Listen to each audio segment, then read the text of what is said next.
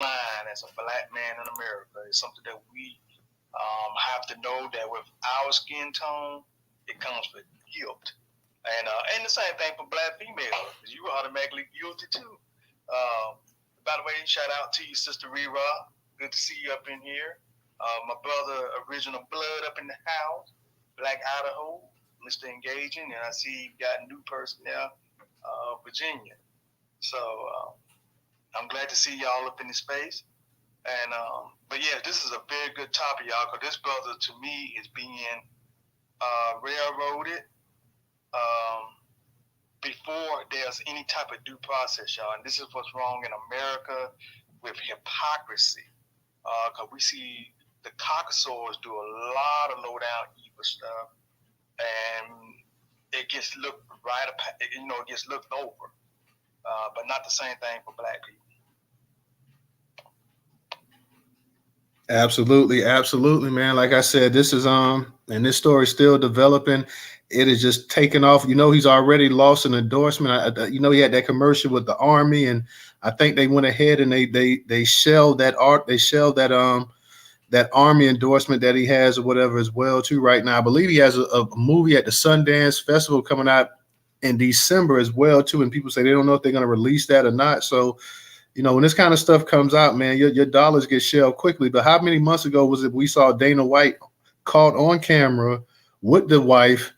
And, Dana White hadn't lost not one red cent, $1, nothing whatsoever. So, it's just that it's just being choosy when you want to be choosy and be messy when you want to be messy. He hasn't missed nothing. And the cat that plays the goddamn the Flash, what's his name? What's that the white boy name? Whoever it is with the Flash, play the Flash, had all kind of charges and all kind of allegations brought up against him and stuff like that. And he ain't missed a beat either. So like I said, we don't know exactly what happened. And I'm not saying he did or he didn't do, but I'm saying at least give him a chance to defend himself, give him a, due process. But, that doesn't fly with our people. You don't get that due process. He's already pretty much been drugged in the actual media as well too, and that's why like I said, tomorrow night we're gonna have Judge Joe Brown too, because as soon as that stuff started coming out, people sitting up here going in on him or whatever, and I'm like, well, hold on, the judge is gonna be up here tomorrow night, and he's gonna go ahead and tell exactly his side of the story and exactly what he has to share. So I'm not even gonna get into the Judge Joe Brown story tonight. I'm gonna let that come tomorrow night. Let the judge go ahead and handle his business. Just make sure y'all up in the space as well too. So, but tonight, Jonathan Majors, we got to talk about this, man. And even though we're talking about Jonathan Majors, we're talking about just like you said, Professor, just black men in general. As soon as an accusation comes, that's pretty much it. You started whatever you work for is already torn down. Nobody says, well, let's wait till the facts come out. You don't even hear that. You don't even hear let's wait till the facts come out. Let's get both sides of the story. Let's wait for a second. It's just already that he's already been vilified by the media, by social media, right or wrong. Like I said, I don't know whether he did it or he didn't do it, but I know he at least deserves a chance to be heard, and at least deserves a chance if his lawyers are collecting evidence to go ahead and get that evidence out as well too. And that's just not happening at this point in time. The media, and that's why I tweeted out. I've been tweeting out a couple of those articles. I tweeted out some articles from Black Sports Online, Black Enterprise, Atlanta Black Star. And when I tweet those articles out, I also give my opinion as well too. And I know somebody earlier today was like, "Hey, don't tweet that out. Don't give it any credibility. This and that." And I'm like, "Well, no, these stories are already coming out about this man here. We need to go ahead and tweet them out because the stories are already circulating. But when you tweet them out, go ahead and give your opinion how you feel about the situation as well too, because everybody else is giving their opinion about how they feel about it. So you go ahead and state what you feel about it. Go ahead and put it out there. It's already out there, and go ahead and say exactly how you feel about the situation. If you think this man is actually being treated fairly, or you think he's actually not being treated fairly. And like I say, we know the media coverage in this country is severely slanted and biased and against a certain demographic of people as well too. So, I'm not just going to sit up here or whatever. If it comes on the platform and, even if whatever it is, whether it's a positive article about him or a negative, I'm going to put it out there, but then I'm going to give you my personal opinion on it. And my personal opinion has been that I feel like he has not been given a fair chance to, say exactly. He hasn't even had a chance to come out and defend himself. And people are already pretty much saying that he did it and this and that. So this story I want to touch up on tonight is from Atlanta Black Star. And you got one of these Avengers, supposedly one of these dudes, one of the Avengers coming out here, and you got somebody else talking about when he was at Yale and this and that or whatever. You got movie producers or whatever coming out trying to say that the man has a dark side to him. So it doesn't take long before the dirt gets kicked on you. I mean, this story came out Saturday, and already you got people sitting up here talking about a dark side and this and that. And I find it hard to believe that you could be at an Ivy League school like Yale, and you had this type of reputation, and nobody said anything about it all these years here. So, shout out to Ray. I see Ray up in the spot as well too. So, what's up, Ray? Now, how you doing, Queen B? But let me go ahead and get up in this story real quick, y'all, and we can go ahead and start discussing it. It's from Atlanta Black Star. It's up in the Jumbotron, and I'm just going to highlight it. Jonathan Major's arrest on domestic violence charge brings out Avengers who claim he has a dark side. Attorney hits back. Hollywood movie star and media darling Jonathan Majors was arrested for allegedly slapping and strangling his girlfriend after she confronted him over texting another woman. His defense lawyers say evidence around the incident will vindicate his client. However, former classmate and co-workers say the violent behavior that the Creed actor is accused of displaying aligns with the memory of him in school. After an altercation with his partner, Majors 33 was charged with misdemeanor assault, aggravated harassment, attempted assault, and harassment by New York prosecutors on the afternoon of Saturday, March 25th. Police have described the incident as a domestic dispute. Later that evening, a judge released a box office heavyweight on bond during an arraignment in a Manhattan criminal court. A publicist for the actor told Variety he has done nothing wrong. Majors has hired a criminal defense attorney to represent them, and they contend once all the facts come to the surface, all will see he is innocent of the crimes accused. Jonathan Majors is completely innocent and is a victim of an altercation with a woman he knows, the attorney says in a statement. Reports say the events were set in motion on the eve before the arrest as Majors and his girlfriend were in a taxi cab leaving a Brooklyn bar where he allegedly received a text message from another woman. TMZ reports that police sources say when his girlfriend peeked at the message, Majors pushed her hand away and slapped her, prompting a fight that led to him allegedly placing his hands around the neck. The two parted ways, with Majors spending the night out and not returning to the home. The next morning, the girlfriend reported the alleged assault to the law enforcement. TMZ reports that the police say she showed evidence that included redness and marks to her face and a cut behind her ear. The girlfriend was later taken in stable condition to a New York City hospital where her injuries were treated. Majors was arrested at the scene and booked in jail for a few hours. The attorney said that her office is currently compiling evidence to clear the client's name. We're quickly gathering and presenting evidence to district attorney with the expectation that all charges will be dropped imminently, she wrote, adding, this evidence includes video footage from the vehicle where this episode took place, witness testimony from the driver and others who both saw and heard the episode. The lawyer said the reason the woman was taken to the hospital was not because she was assaulted, but because she had an emotional crisis. The lawyer also states their office has two written statements from the girlfriend where she allegedly recants her story. While the legal team suggests the allegations are false, fellow actor and former Yale classmate Tim Nicoli says Major has a dark side and consider him a psychopath. In a tweet from his now private Twitter account, the actor says, I'm just going to say this about Jonathan Majors and be done with it. Folks at Yale and the broader NYC community have known about him for years. He's a psychopath and abuser, and that is how virtually everyone speaks about him. It's a shame it took this long for him to be reported. The person also added, he and his friends are close with people that have been directly harmed by Majors but could not persuade them to tell their stories or to report him to the authorities. In February, a month before the premiere of the box office hit Creed, filmmaker A.B. Allen, in a now deleted post, tweeted a blind item about a new actor who is beloved by the public but hides a very sinister side in reality. He tweeted, there's a particular actor relatively new on the scene who Twitter has violently fallen head over heels for, who in actuality is a vicious, cruel, abusive human being, both professionally and in his personal life. And every new viral thirst tweet about him drives me insane. After news of the recent altercation hit the internet, the post resurfaced and Allen says Major was an unnamed monster. Like Nikolai, he refused to go into specifics out of respect for the privacy of others. The specifics of what I know, unfortunately, will still expose people who have been heard and deserve to not become part of some larger media inquiry if they don't want to, he tweeted. So I'm not going to go into details, but y'all know what his deal is. So he too has prioritized his account. This comes at a particularly pivotal point in Major's career. In addition to his appearance in Creed 2 and Ant-Man, he is lauded as a major character in the most recent Marvel Avengers storyline. Also, he's the star of a critically acclaimed movie titled Magazine Dreams, which premiered at Sundance. Now acquired by Searchlight Pictures and scheduled for release on December 8th, there's no word that the studio will pull the film with the brewing controversy. So, yeah. When it rains, it definitely pours, to say the least. So he's dealing with all of this and that. And now I find it hard to believe that, like I said, that these people they got all of these so-called victims, and none of them have decided to come forward and say exactly who was hurt by this man. I just in today's day and age where everybody has a story to tell, I find that to be complete nonsense, to be honest. Go ahead, Mr. Engaging. My question to the flip side of that is if this man's innocent, is this woman going to see jail time? Is this woman going to see jail time? I might can repeat that one. I'm going to see jail time for these broads that and or whatever that's calling the police on black folks on some bullshit. Like it's just, I really think that there needs to be a policy in order to address that.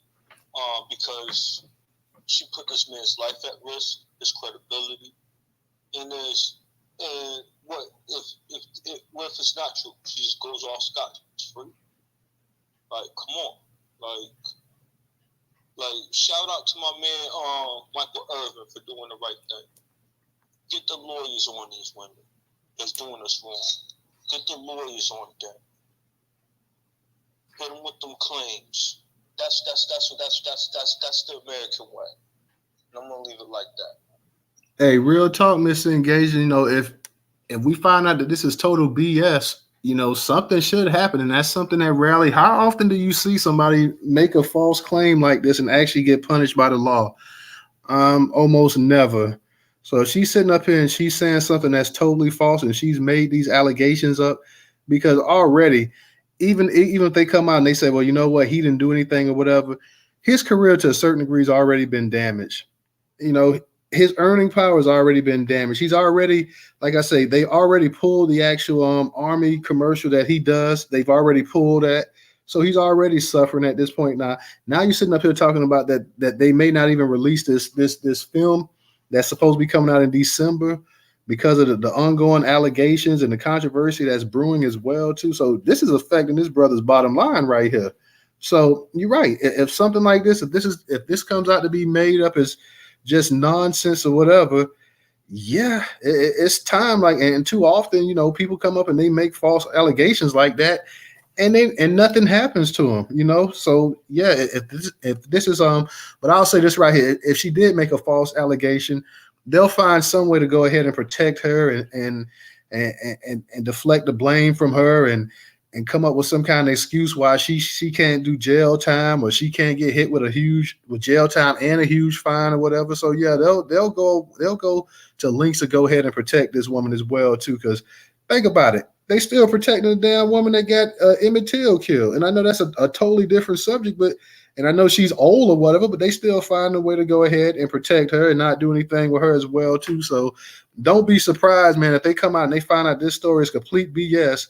They don't find a way to pacify everybody around and make this thing go away. So let me go ahead, Mr. Engage. I'm gonna go to you, and then I'm gonna go to Dr. Paco. So go ahead, Mr. Engaging. Yeah, I just want to close out. This kind of reminds me of that whole Johnny. You got that whole Johnny Depp type of case when he was with that crazy ass white woman. And she was just doing all these outlandish things, and he ended up missing out on the Pirates of the Caribbean because of that big movie deal because of these allegations. You talking about the ex-wife he was with? Yeah, that crazy broad. Yeah, she was just. Yeah. I don't know his white girl's name. I call them boiler bunnies where I'm from because they be putting on the pressure walk, if you get what I'm saying. So they be blowing up hardcore. So, with that being said, like I don't rock with it like that. But anyways, they. That's the reason why I brought it up. Like I just see, like I don't want this man to miss out on a great opportunity, and it's very messed up that if he does miss out, he is missing on opportunities. And I really think that they need to like really put some policies to protect men, and more specifically protect black men, because like we're the ones who's being disenfranchised since this whole Me Too movement thing kicked off. Like I have not seen any of these white dudes really get the public square treatment. So like, and they're the ones who out here really dangling people's jobs and careers by the line and doing a whole bunch of scandalous things. So like, I just find it really disingenuous. And that's the catch. You and y'all put up in the comments section. What's the name? Ariza Miller. That's the one that played Flash. That they talk about allegedly did something to a pregnant woman and then had underage chick and everything else, and then had all kind of run-ins or whatever. Yeah, he still gets to play Flash. He still gets to maintain and do his thing or whatever. So that's the name I could not think of. So thank you guys for going ahead and putting that up in there too. A Buddha researcher and Mr. Engaging, because I could not think. I'm like, damn, the name, because I heard Professor Black Truth talking about him as well too, and Jason Black had mentioned him as well too. So yeah, thank you for dropping this cat name in here. That's what I'm saying. And then let's not go to only a few months ago. Dana White got caught on tape, and Dana White the UFC. Did they suspend Dana White? Did they fine Dana White? Dana White came out. He issued a little apology, and that's the end of it. So I mean, come on, man. You see the double standards on how it goes down all the time. Let me go ahead to wait, and Ray Rice too. Keep him in mind too, respectfully, and how they did him dirty too. Yeah, Ray Rice too as well. Let me go to Dr. Paco. It is Paco. Yeah, it's Paco. Thanks. Shout out to the host and everybody in the space. Thanks for having me.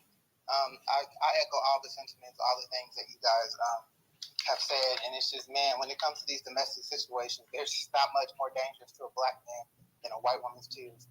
And I feel like that we have seen on so many occasions where they do this, and it's a play. You know what I'm saying? It's a card they pull, and I feel like that we don't acknowledge it enough. We don't call it what it is enough. That we treat these situations like as if they're just inconsequential. But the reality is that she knew what she was doing. You know what I'm saying? Like when you call that police on that black man, there's just too much history. There's too much history. There's too much context there. I love that you mentioned the whole Emmett Till situation, because she got away with what she did, was one of the most heinous things that that we've seen in the last 100 years in terms of happening to a child that was public. You mentioned the Dana White slap boxing, the Mel Gibson, and so many others that an apology at best is all that is required. But based on the information that we have received so far, it makes more sense to believe that he will be more so innocent than guilty whenever you consider what's actually been told as a whole. But I feel like that when a black man starts to actualize, starts to really climb up out of wherever they were to really reach those new heights, now people want to come out and say various things, because why we always say why now? But I just really want to just draw attention to the fact that it always seems to be this card gets played, where it's like that there's a black man either who's dating a white woman or somehow has been in the same space as a white woman, and she makes a claim, that the tears come, and instantly in the public opinion, this individual is guilty, and they already start to suffer consequences based off of actions that they might not have even committed. The other night, we were in a space that was being held by Terrain Walker, and we were talking about a lot of these different things. And what was crazy to me was how many black men, including myself, had stories and situations to where they were falsely accused of something by a white woman that led to an investigation and or consequences. So I feel like when it comes to Jonathan Major, that he really it's more so like this is his turn, if you understand what I'm saying, because it just keeps happening. So if it is a situation where it does come out that these allegations are false, I feel like that we need to go just as hard as we do for any other crime or situation that occurs, and try to push for consequences for this woman. I don't think that we should treat it as if, okay, well, he's been vindicated. No, we should keep going ham, whether it is constantly blasting this shit on social media, whether it is whatever we got to do to keep putting it out there, because this is going to keep happening. And unfortunately, that a lot of black men are not cognizant of the reality that this is a card that can be played at any given time. So enter at your own risk, and I'll end there. Absolutely. You was absolutely on point. I just got to add this point too. I'm going to get to you, Leon. I'm going to get to you, Professor. Like, what is it? I mean, I don't know, after all of the evidence we've seen with the white girls and stuff like that. And like you said, there's a risk factor involved now. I mean, you have to go into these relationships understanding that, hey, if she sneezes the wrong way, my ass can end up getting a bullet in me, or at the very least going to jail. So how powerful is that poon that you get? You just ignore any and everything. And this is something with black men too, man, that's been going on. I mean, when we were fresh out of slavery and stuff like that, you had some of our black men and stuff couldn't leave it alone. If we think about some of the biggest black people we've ever had in the history of our race. Think about Jack Johnson. Jack Johnson in the early 1900s, the first heavyweight champion, yet his Achilles heel was a white woman. And we know that the charge was made up. We know this. But come on, man, like you couldn't leave it alone. And Frederick Douglass was a hero, and everybody loves Frederick Douglass. But Frederick Douglass also, towards the end of his life, was also married to a white woman. In the civil rights era and stuff like that, you had Sammy Davis Jr. You know, you got mobsters and stuff threatening him. If it wasn't for Frank Sinatra telling people to back off, he may have caught a bullet and stuff like that. So you gotta wonder exactly how powerful is this right here, because brothers are willing to put their life on the line. And in this cat's case here, I know this is not the same time period as before, but his career, really right now, it's really got a stranglehold on it. Like, to me, he has been convicted in the court of public opinion, and that's not by most black folks. That's by the people that actually, have the real power in this country. Most of those people already, his face has been blasted all over TV and social media and this and that or whatever. And then here's the thing too: the woman, the next day after the incident, she calls the police. She didn't even call the police when it happened. The next day is when he gets arrested. So you have to look at it in that right too. Like that was plotted out right there. She thought about that. She was pissed. She went ahead and she said, "I'm gonna get your ass." So Real quick, Newstoter. And it's a false narrative that white women are the safer option. You know what I'm saying? It's a false narrative where white women are assumed to be believed, are assumed to be honest. And I think that through the process of socialization and just of not being cognizant of what's really happening, I think a lot of our black men buy into this idea that this is the safer option, but nothing reinforces that. History doesn't reinforce that. If you understand what I'm saying, but it is something that society, the white innocence, you know what I'm saying? Like, it is put on these women to where it's like, she wouldn't do that to me, you know what I'm saying? But the reality is that they are, and it keeps happening. real talk, and like I said, I'm gonna kick it to Leon, Professor Misengaging, but these black men better understand this and understand this well. I don't give a damn if you come into the relationship with all the money, the prestige, and this and that. All it takes is one time for this woman to say something, and your entire world is going to get turned upside down. You may have the finance, but she has the real power. And every time we see this, we see it happen and stuff like that. It's always like deja vu. So I guess nobody really has comprehended that yet. But you have no power. Anytime that woman wants to go ahead and say something got uncomfortable and she was feeling uneasy around you, and she, God forbid, she was scared or afraid, your ass is out to dry, straight up. Leon, go ahead and unmute your mic. What's going on tonight? Good evening here, Newstoter. What's going on, buddy? What's up? Not so much. Another great topic. And I want to add another person who's been put through the ringer since we're talking about all this. Tiger Woods, a.k.a. Mr. Combination himself. Even though he don't consider himself black, but when that divorce came up with his nanny wife, who was white, pretty much took him through the ringer. So at the end of the day, I'm sure his blackness came out because that's how they treated him, like a black man, even though he might not consider himself a black man, but he went through the ringers as a black man. And so down to the majors, oh man, it just never fails. This white media is just, when it comes to black males, they're just putting us out to dry. And then you have these guys like Dana White, multiple videos of him slapping the shit out of his wife. Excuse my language. And then you had that Ezra Miller, who's the Flash, choking out women in the goddamn Walmart. When they pregnant too, pregnant chicks, like pregnant women. Like, come on, man. I don't know, but just the point of just straight up don't even know the girl. You gonna straight up choke her? And he was like not play choking. He was like really choking her. And I'm like, wait, did nobody try to stop that? He didn't get convicted for that? Like, really? It just baffles me. But it they gonna put brother majors through the ringers like they just did with Cosby and R. Kelly or any successful black male. You know, you know whether he'll beat this trial because now we know that the woman recanted on her statement from his lawyer. So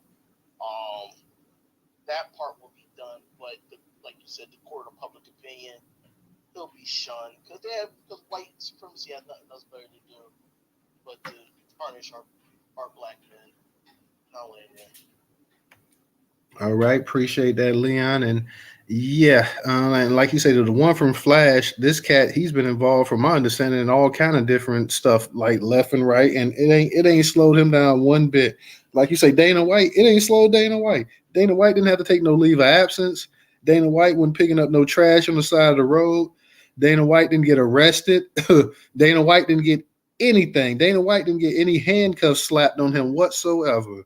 And sitting up here and still a UFC still making money, and Dana White is still the front man for that. He may not be the actual CEO, but he's the damn president. They didn't say, well, you know what? We think Dana White needs a leave of absence, or Dana White may need to go ahead and give up his position or anything like that. No, Dana White's still up and kicking or whatever. So like you said, it's always something. And for Tiger Woods ain't learned nothing, man. He had to get his chick almost $1 billion, the wife. He comes back, gets with this other Becky, and now she's sitting up here talking about suing him for $30 million because he tricked her and kicked out the house or whatever and broke up with her. So Tiger Woods still ain't learned that, hey, that money that you got, but they still looking at you as the Brinks truck. So he still ain't learned that lesson yet.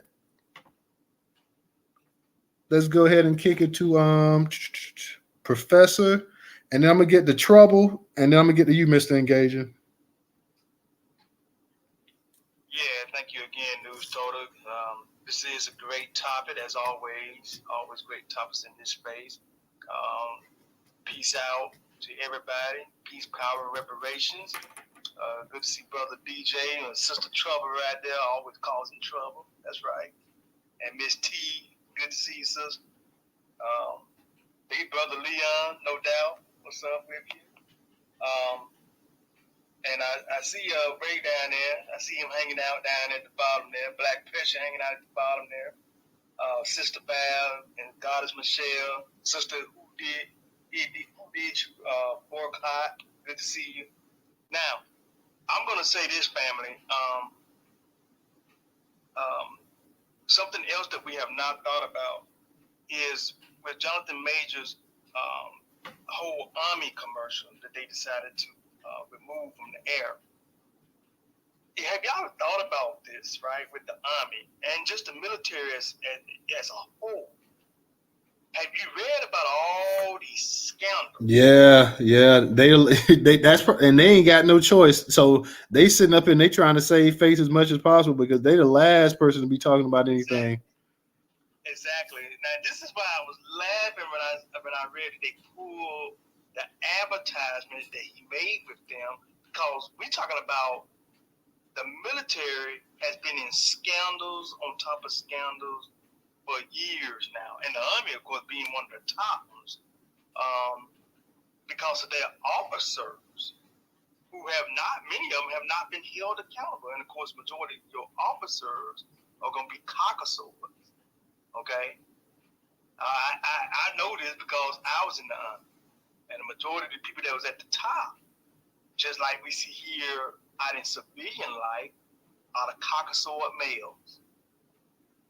And those are the ones that have not been held accountable for those sexual assaults. So see, you see the hypocrisy that's in the military and out here in civilian life. See, it's all the same. You know, they'll try to tell you that it's different in military. It ain't different. Shit is the same as it is out here. There's a bunch of bullshit that they've been telling folks for years. They're in the military that everything's different. There's no racism. All that shit. It's a lie. You heard it from the black man that was in the army. Bullshit. Now, if you choose to go in, if you want to send your kids in, just be warned that that shit is still the same as it is here in civilian life. So for them to pull the advertisement of Jonathan Major is once again hypocrisy that we continue to see as black Americans in America. That's what we're sick and tired of seeing, along with everything else that we see out here. I'm gonna land my plane there. All right. Tomorrow night, y'all, like I say, we're going to have Judge Joe Brown in here in the interview. So you guys make sure y'all come here at 8 p.m. Eastern Standard Time. The judge is going to go in on those allegations. So make sure everybody shows up. Y'all come on in at 8 p.m. tomorrow night. Trouble, how you doing? Go ahead and unmute your mic. Hey, everybody. Shout out to Newstoter and DJ, the whole group. Peace, love, reparations, and straight black power to everybody. Just wanted to comment right quick that when you was talking about old girl, they gave her an excuse off the jump. One day they were saying that he had attacked her or strangled her. I was thinking, oh, well, maybe it was role playing and he took it too far. But then the next day they came back and said, oh, well, she's having an emotional breakdown. So when you were saying that later on down the line, they're going to give her an excuse. Now they gave her one off the jump. And that's generally what they do with these white women is they give them, white people, period. They give them an excuse off the back. So if anything comes down later on and we wonder why, when people say, well, why come this person ain't getting this amount of jail time or yada, yada, yada, because they rushed out there and gave them that mental disability excuse off the jump. And they continue to give them those excuses, and those same excuses are not even allotted to us. Even when we call the police and say, hey, you know, I got this loved one going through mental trauma, you know, they're having a mental breakdown, we need, you know, X, Y, and Z. The cops show up and aggressive. They did it the same time when I called for my husband when he was having PTSD. I called his doctor. His doctor told me to call the ambulance. I told the ambulance what was going. Who showed up first? Some trigger happy white boys. You know, that took things into a turn that they shouldn't have taken it in because he was having PTSD moment, and I didn't call you all, I called the VA. You know, so that's what they do. We don't get that same thing. But the thing about it is we got to get our brothers and our sisters more disciplined, because when they look at these white people and these white women, it's damn nearly like taking a PPP loan. PPP loan, you know, if you're white and you get one of those loans, it's forgivable. Black and you take one of those PPP loans, your shit gonna be thoroughly investigated, and any discrepancies in your shit, and they calling that motherfucker in. Now, what is a PPP loan when you're going after these white women? Brothers see it as power, prestige, and pussy. The power of the pussy, the power of the prestige, and the power of, you know, the fucking power. And a lot of times that's what our brothers get caught in. Lately, you can throw your things down, throw them up, homie, throw it up, throw your set up. Don't throw it down, throw it up. You know, because a lot of times that's what, and I'm not going to say all of them, because sometimes it's love. Sometimes they feel like they love them. But here's the thing. Just like Professor just said, ain't nothing changed. There's nothing that's really changed in society. You could be married to this hag for 20 years, whether it's a woman or a man. And in 20 years' time, if they decide, you know what, I want to get out this relationship, but when I leave, I want to fucking leave with half. I want to leave with all your shit. This nigga hit me. This nigga did A, B, and C to me. Oh, he attacked me. Oh, she X, Y, and Z, and they leave him with half your shit because ain't nothing ever changed at any point in time. And that's what a lot of our brothers and sisters have to take into consideration when you're dealing with people outside of your race. Is you love them in the beginning, but when shit start going south, you better start taking precautions with your money and your life and all other things surrounding you, because when push comes to shove, they're gonna already have a ready-made excuse for why they did what they did, what they did. Okay, hold on, sister. No. You right. No, You right. Well, yeah. Let go. Nobody come off your mic when somebody's speaking. Go ahead and let Trouble go ahead and get hers in. If you want to speak, go ahead and raise your hand, but don't come off your mic, everybody, and interrupt anybody while they're going. Go ahead, Trouble. Thank you, Newstoter. Get some decorum up in here. I'm about to land my plane. and that's really just it. We got to get some. We've got to be disciplined. Start being more disciplined. And I hate to say it because a lot of people is not going to be with it, but we have got to come out of her, like the Most High stated. We have to come out of her, which is America and her systems and her fucking philosophies. And coming out of her is probably going to look a whole lot like segregation, but we got to go back to how it was when we were able to protect each other, and that's by being with each other and by practicing group economics with each other and by being around each other and not paying attention to this white supremacist system that is going on around us because it has not served us. It's not going to serve us. It's probably never going to serve us. So I just want to leave with that thought right there. Now, label it after missing engagement gets it on, then it's on. Blue. Real quick, guys, I want to go ahead and give a shout out to my girl Rera for her support on Cash App. Thank you, Rera, as always, for your support, sister. I definitely appreciate that.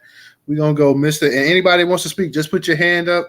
Everybody, let's not come off our mic because then that's gonna mess up the flow and that's interrupting people. That you're gonna break their actual concentration as well, too. So let's go ahead and just raise your hand up and we will get to you, I promise.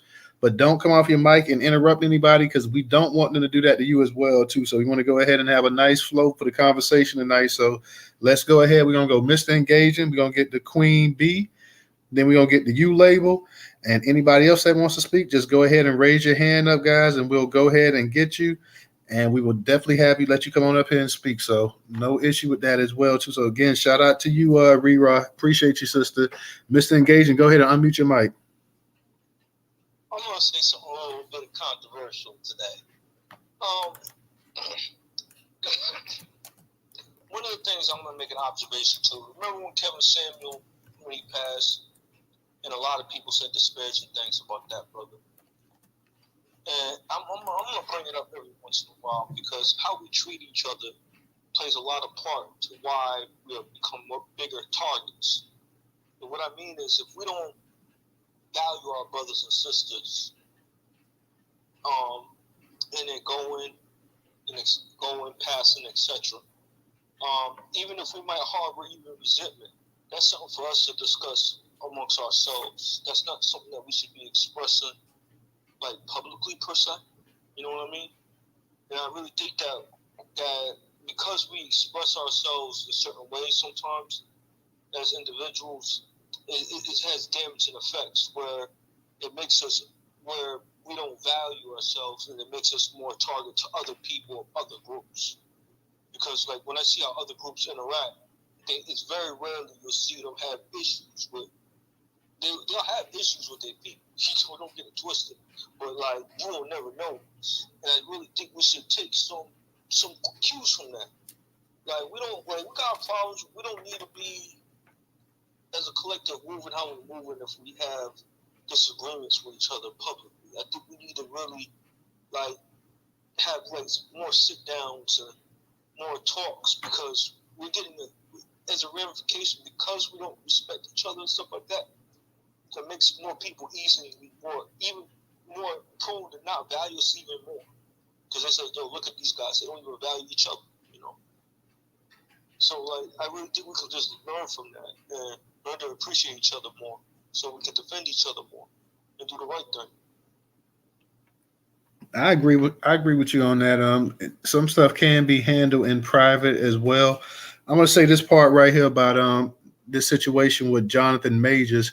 You already see some of these white boys coming out the woodwork talking about how violent he is and about how he was up there in Yale and how people knew this and that or whatever. It doesn't take long before these people start coming out the woodwork, pointing the finger.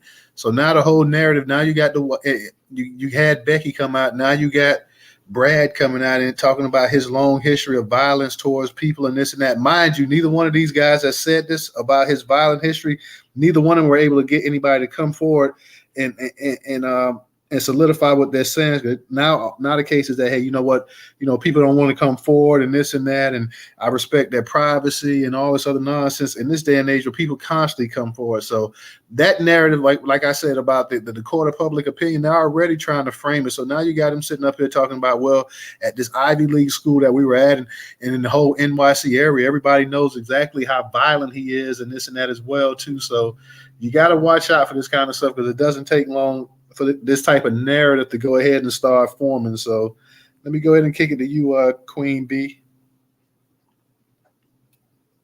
Hey, Newstoter, good evening. Hey, DJ. how you doing? I'm doing good. Yeah, so I'm glad you just added a little bit more context, because the last thing I had actually heard, or actually just, I shouldn't say I heard, just kind of been seeing in passing in the news feeds is, it looked like maybe, did this woman try to come back and say that he didn't do anything? Well, that's what the lawyer's saying. That, I mean, that's what his lawyer's saying, that that I've heard that she's recanted the story and things of that nature. Because you got a lot of different articles developing and stuff like that, but that's what they're saying. But the lawyer was also saying that they had proof from witnesses and things of that nature that it was a whole different story than what was actually being said. Okay, yeah. So, because what I would say, just about all of this, is I don't know if anyone knows his brother's dating history or what. Does he just go out with white women, or is he just kind of sampling? It's just, yeah. I couldn't. I'm gonna be honest. He kind of blew up over the past about the past 4 years or so, everybody. So it's kind of hard to say. Yeah, I hadn't really seen the brother that much, but it's just, to me, it just kind of, to me, it always looks like, when a lot of our celebrity men get to that particular status, and it's like they let their guards down. They forget about white supremacy and these, and I don't know, and usually when they go get somebody, they hook up with some white woman, and she really don't come from nothing. You know what I mean? Like it's like, and then he's like the come up for her. That happens a lot. So I'm kind of wondering, that to me makes me question a lot of times about these motives, or like now this scandal may put her on the map, or she may get some sort of notoriety out of it. You know what I mean? And she could have just been a groupie, So those are type of things that bother me, and I think, wasn't it, what's the brother's name? Cuba Gooding Jr., he just beat a case, right? He was just into something. That took a couple of years for him to fight, where I think he was accused.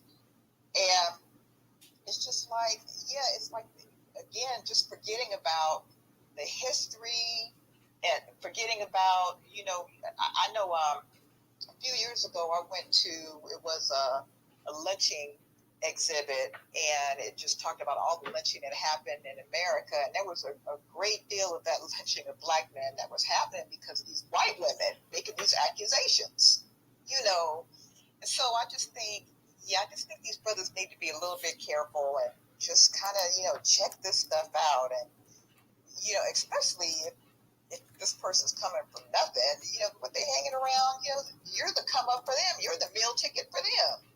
And then in return, things don't work out, or you want to move on, then here they go with a story or an allegation or whatever the case may be. And it kind of reminded me of, like, I was thinking about Michael Jordan and who's the other, and Eddie Murphy, these people, with all their lives riding with sisters, and then they want to go out and retire with these young white girls. That's how they want to go out, and I'm like, what, all this time? So anyway, I'm just rambling at this point. But yeah, I just think these brothers have to be careful. I'll land. Thank you.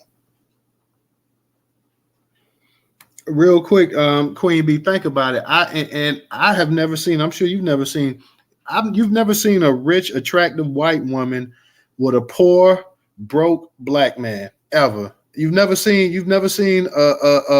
and if she had him, he was just a boy toy. He was nothing that she was going to be serious about. Like Madonna, she'll probably screw like her little black dancers and stuff like that back in the day, but she wasn't going to take one of her black dancers and make him her boyfriend. He'd be her boy toy. He'd be her slave toy or something like that. But he's not going to be her actual man. Yeah, and exactly. That's what I mean. But I don't know if that's more common than not. I don't think it's that common. But usually, it's usually the brother that's the meal ticket, and it's the come up for the white woman. A black man could be worth $200 million. He'll find the homeliest looking white woman, trailer trash white woman, blonde hair, as long as she's white, and he will go ahead and he'll wife her up, he'll go with her, whatever, and won't think nothing about it. You rarely see white men do that. A white man ain't just gonna take a black woman who ain't worth nothing, he ain't got nothing going for her, and marry her. It's like always with the black men. Like black men are the only ones that really do that. They'll find a white woman who got nothing to offer, no kind of resources. The simple fact that if she is white, that's all they need. They'll go ahead and they'll marry her. They'll have kids from her. She'll be their girlfriend. But you never, ever, ever see that. It's only black men, unfortunately, that go along with this nonsense like that. Newstoter, I was about to say, I could think of one white woman that's with I guess you could say, poor black dude. The woman from Grey's Anatomy, Ellen Pompeo, I think it's her name. The main star of that show. That's the one that got sassy with Denzel? The one that got sassy with Isaiah Washington. Oh, I thought it was. Was she mad though that Denzel directed one of the shows and she started talking negative about? Was that the same woman? I don't know if that's the same one, but I know her and Isaiah Washington had issues on that show because he used to be on that show before they kicked him off of that show. I don't know if y'all remember, Isaiah Washington was one of the black doctors on that show, and there was some issues there with him and some of the white people on that show because he made comments about one of the members was a gay, I think, and I guess you could say they all ganged up on him and wanted him off the show. And she was one of them, of course. But she also is with a black man, which is interesting. And it's a black man that's not a famous black man, which is very shocking to me. Yeah, but he ain't no black man straight out of the hood and out of jail either, now is he? Yeah, he's a record producer. No, okay, that's what I'm talking about. When O.J. Simpson, he's not very well known either. But you ain't got to be well known, Professor. My thing is that you have nothing. You bring nothing to the table. See, when O.J. married Nicole Brown was a damn waitress. Okay, come on. When Tiger Woods married his wife, they got half of his fortune. She was a goddamn nanny. That's what I'm talking about. Power brokers. OJ was a power broker back in the day. He didn't have Tiger Woods money, but he was a I need to get on this. Hold on, bro. I need to get on this because this shit. Hold on. I need to get on this. This is what I'm saying though. This is what they are seeing. What they're seeing is you got the white Greek letter people, and then you got the black Greek letter people. Whether they fail or not, you know what I mean, in their lives, right? You got the white Greek letter people, then you got the black Greek letter people, right? Now, when we break this shit down, you know what I'm saying? You know what I mean? The supremacy. Right? A lot of little black men, you know what I'm saying? You know what I mean? We you know what I mean? They want to keep us at the bottom. But the only way is the way the system is, the only way is to guess what? Black Greek letter people, right? Okay, so here's the thing. The construct is designed, right, around a white Greek letter people. Well, it's bad to be drunk. Hey, let's move on. Yeah, because I'm trying to. You want to go to that? Real quick, bro. Let us because you jumped over label. So let me get the label, and we're gonna get back to you.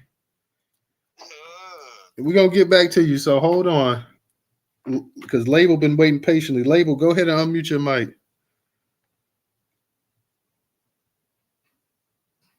Hey, you there, label?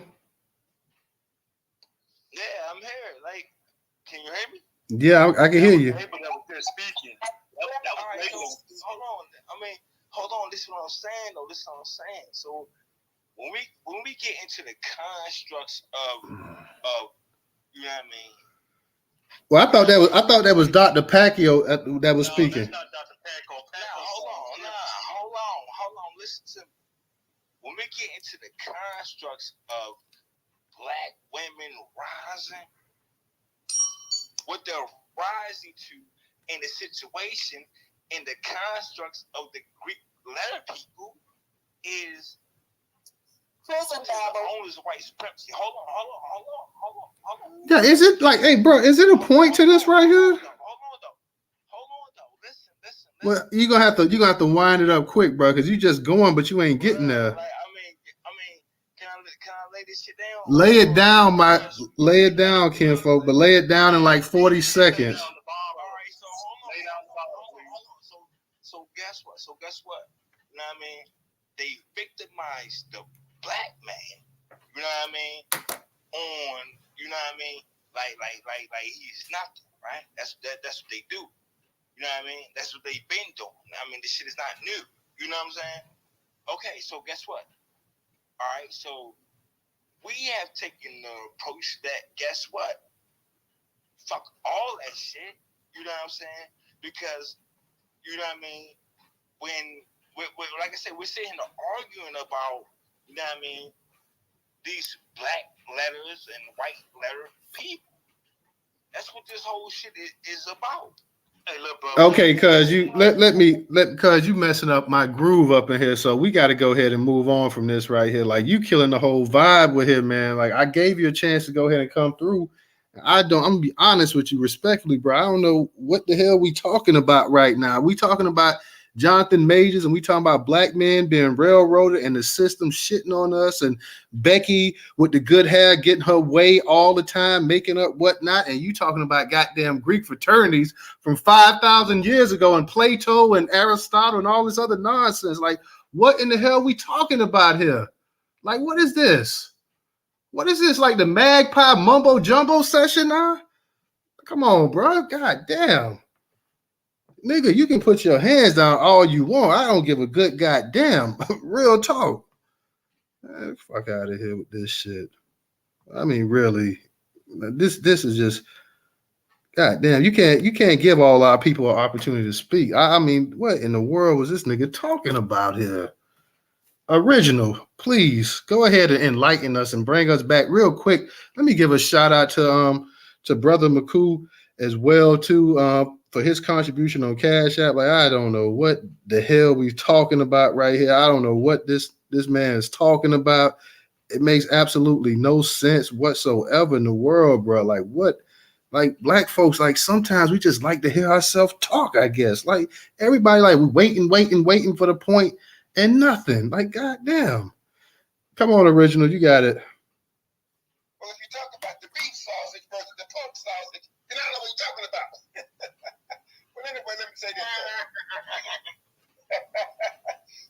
this. Now, see, I would say this has to do with the more so has to do with the slave trade. Especially a black man become so widely acceptable by the broader community, the black community as well as the broader community. Now, you all may remember this, but remember, back in the 90s, Jim Brown was having an issue with his wife, okay? And so whatever the issue was, So Jim Brown went out to the garage and beat the car up with the baseball bat. Now, the judge and the police want to call that domestic violence, and they arrested Jim Brown. Jim Brown did not hit his wife, did not even remove one little tiny hair off of her head. And they convicted Jim Brown. See, they wanted Jim Brown's a real black man. They wanted Jim Brown to apologize and do something else. And Jim Brown said, fuck you. And they sent Jim Brown to jail. I think he went to the county jail. And so, because of how evil LAPD is, so there was, see, Jim Brown used to work with a lot of the people, for lack of a better name, who were in gangs and stuff. And so the word went out, and they told those people in jail, y'all can follow what, y'all can do what the LAPD want you to do if you want to, but if any of you touch one hair on this man's head, you and your family going down. They left Jim Brown alone. But see, then, y'all remember that old white guy that played on MASH? He wore a little wire rim glasses. He beat his wife. Well, yeah, whatever his name. He's an old white guy. I don't know what his name is. But anyway, he beat his wife and drew blood. Blood was in when the film crew got there, blood was in the driveway where he beat the crap out of him. He wasn't arrested. And then the news people like, oh, this is just so sad. You know, somebody that revered, and I don't give a damn. He's white and he's guilty. Okay? But he wasn't arrested. Nothing happened to the boy. This is part of the slave patrol, because remember now, they would always put these flyers up, and it would be placed in some newspaper that one of our enslaved ancestors ran away, and they sometimes would have a picture of them or whatever, or they have a pretty decent description of them to try to recapture them and force them back into enslavement. That is what this symbols to me. Because the media has never been black people's friend. The only time they did do something halfway decent was during the civil rights movement, because it was done live and in black and white for the most part. Some color TV were kind of just coming out, but yeah, because they saw how they showed literally how we were being treated, and see. This way, what they're doing now, they want to put the onus on us. It's whatever happened, it's our fault because we black. And see, this is why. Remember Newstoter? Oh yeah, one thing I want to say too now. When you say this guy said that he was violent or whatever, at Yale. Now my question is, what did these white people do to make him respond to them in that way? Original, not to even cut you off, but let's be real here. How many black dudes they gonna let be just violent as hell at these Ivy League schools like Yale and Princeton and Harvard and walk around and not do anything to them? Exactly. He would have been kicked out of school. He would have been, if not arrested right there on campus. I want to raise that issue because they always say that we're violent, but then they forget what they did to make us respond to them and make us respond to their stupidity in that way. And that's why, like I say, a lot, and see, when the information come out and it shows that this person lied, that this woman lied, none of these so-called women groups, they never come out and denounce these women. This is why I do not see these women groups as being credible. Now remember, Newstoter, I told you a few weeks ago that I know someone who sat on a jury. It was on a rape trial, and they said that now no one should be raped, no one should be attacked or whatever, right?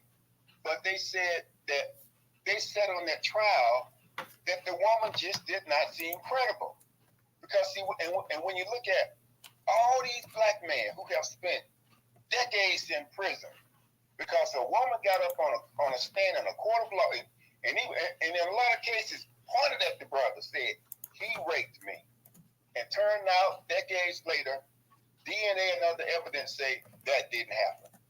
But yet, none of these women groups that come out and denounce these women, they don't go to jail. They don't. All of a sudden, the statute of limitation has ended for perjury and this, that, and whatever. If you did, and then some of these people, there was one where this guy just got out recently, and he said, and this lady, she's tried to issue an apology. Damn your apology! I want you to spend as much time as I spend in jail. That's just, that's just the way it is. But people need to understand, white people are inherently evil. There are no good white people in this universe. And until more black people understand that, they're going to keep going through this hell. And I'll land with that. All right, appreciate that. Let me go ahead and get to and real quick, guys. In the Jumbotron, we have the Newstoter YouTube channel up there, as well as the actual newsletter. Please go ahead and subscribe to both of those up there, somewhere up there. I'm not sure, on the far right hand side, maybe about the fourth or fifth one over, or sixth one over. I don't know. Yeah, it looks like 1, 2, 3, 4, 5, 6. The sixth from the right over is a YouTube channel. Please go ahead and subscribe to the YouTube channel. Also, if you can, support us on Cash App, $Newstoter, $Newstoter. Newstoter is the largest Black-owned, largest Black American-owned news media curation platform today in America. Once again, that is $Newstoter, $Newstoter. Also, if you don't have Cash App, we have the Venmo and PayPal up in the Jumbotron as well, too. Got quite a few hands up here, so I want to go ahead. I'm going to get to you, Paco, and I'm going to get back to you, Mr. Engaging, but I want to go ahead and get to a couple of our new people up here speaking as well, too. So I want to go ahead and get to Miss T. Then I want to get to Ray, and then I get to Brother McCoo. Ray, I was saying I could have made you a co-host, but I know you've been back and forth, so it might be easier just for you to stay as speaker as well, too. But how you doing tonight, Miss T? Hey, Newstoter, DJ, what's up, everybody in the room? Hope you had a great Monday. Newstoter, I came in a little late, but did I hear you say that Jonathan called the police himself? The article I had, and like I said, I did not get a chance. I have to be honest, Miss T, I did not get a chance. It's from Black Sports Online. I tweeted it out because it came in as soon as the actual space came in. So yeah, from what Black Sports was saying, and I did not get a chance. Let me just say I did not get a chance to read the article, but it was saying that he actually called the police himself. So I just want to go ahead and put that out there as well, too. I didn't get a chance to read that article, and I normally get a chance to, but the space was starting up, so I didn't get a chance to read it up right then and there. But that's what the article was saying. That's the headline. I didn't get a chance to read the actual body.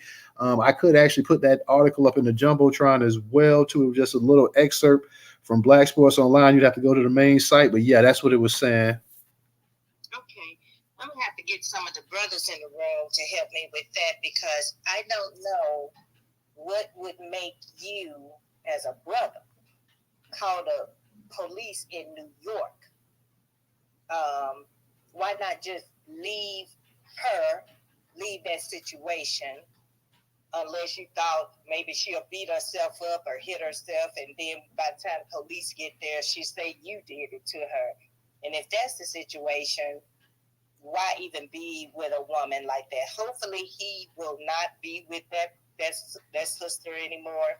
I did hear he does have a child with a white woman. I'm not sure if this was the same woman. But I do feel, because right now, public opinion amongst Black women, or when it first came out, was 100% behind him. But when Black women find out that we are not your cup of tea, like, remember what happened with Wesley Snipes in his career when he was like, talking derogatory about Black women and that he preferred Asian women? That was fine. But you don't have to speak in that way. But a lot of times, sisters, we just walk away from you. Like with Nate. I can't remember Nate's last name, but he did that movie about Nat Turner. When Black women found out, He was married to a white woman. Let him go. Cooper Gooden Jr. It's just something. We can help you build a career. We can make you, but then, and then sometimes it don't even have to be the fact that you're with a white woman. Chris Brown still having a tough time getting his career back on track with the incident, and that was over 10 years ago with Rihanna. But brothers, help me out. Why would you call the police in this day and time, in this environment, on to a situation that would turn out to be domestic violence?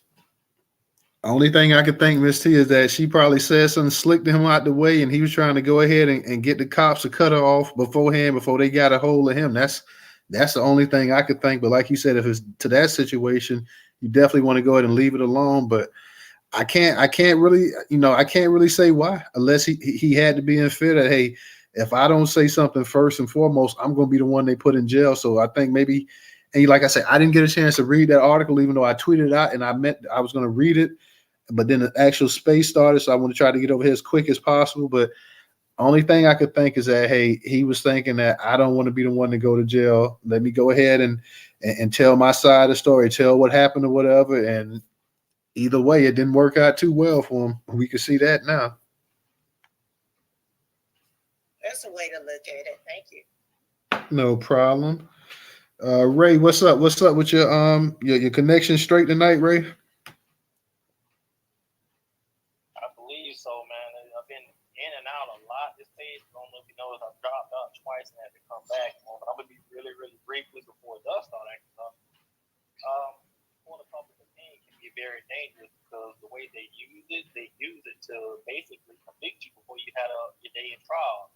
And I think someone has brought up Michael Jackson, R. Kelly, Wesley Snipes, and they understand that, if you go ahead and get ahead of the narrative, you go ahead and paint the person to be guilty, before, like I said, before you even have a trial. So yes, it is very dangerous. Hoping his brother does have his day in court. If he's wrong, he should be found guilty. If he's not, then hopefully he's exonerated, he can move on with his career. I'll land there. All right. Thank you. We got Wilson trying to request to come up. So if anybody that doesn't mind dropping down for a second, I'll bring her up real quick and then I'll bring you guys back up. If we got any speakers at this point in time that's not speaking. I'm dropping down. Okay. I'll go ahead and drop down. Probably gonna drop me anyway. Hey, see if you can get the call spot, right? Update that app, man. Put a dead update today, too, by the way. Dead update. No, it's not that. You know what I found out? You can have people that come into the space and only thing they have to say that, hey, this person can talk about violence or something, whatever. And then actually, that's what's been going on with, I believe, my account this whole time. Because I bought a brand new phone and it stays updated, but yet I still have trouble in spaces. And it's only this space. I ain't going anybody else's space. I don't have any issues. All right. Let me go ahead and get to Brother McCoo. Brother McCoo, go ahead and unmute your mic. What's going on, fam? I have to agree with Ray, everybody in here, and I wanted to kind of answer Ms. T's question or pose it. This is kind of like what Newstoter said. That's one aspect. You call the police because I know here in Baltimore, all the girl has to say is, you did something to her. She ain't got to have proof of none of that shit. Your ass is going to jail. I've seen it. You know what I'm saying? I mean, you just go down there and say someone did something to you. I had that happen to a close brother of mine. He spent 2 years in jail before they let him out. Come to find out, he didn't even have contact with this woman. You know what I mean? So calling the police, I always implore people to call the fire department. Even if you're going through some domestic shit, call the fire department. I mean, if I'm talking about from a male aspect. You got a woman that's hitting on you or whatever, bro, don't call the police because 9 times out of 10, you're going to end up dead, or convicted. I don't like neither one, none of the 3 of them choices. You know what I'm saying? So calling the police is out of the question. And to this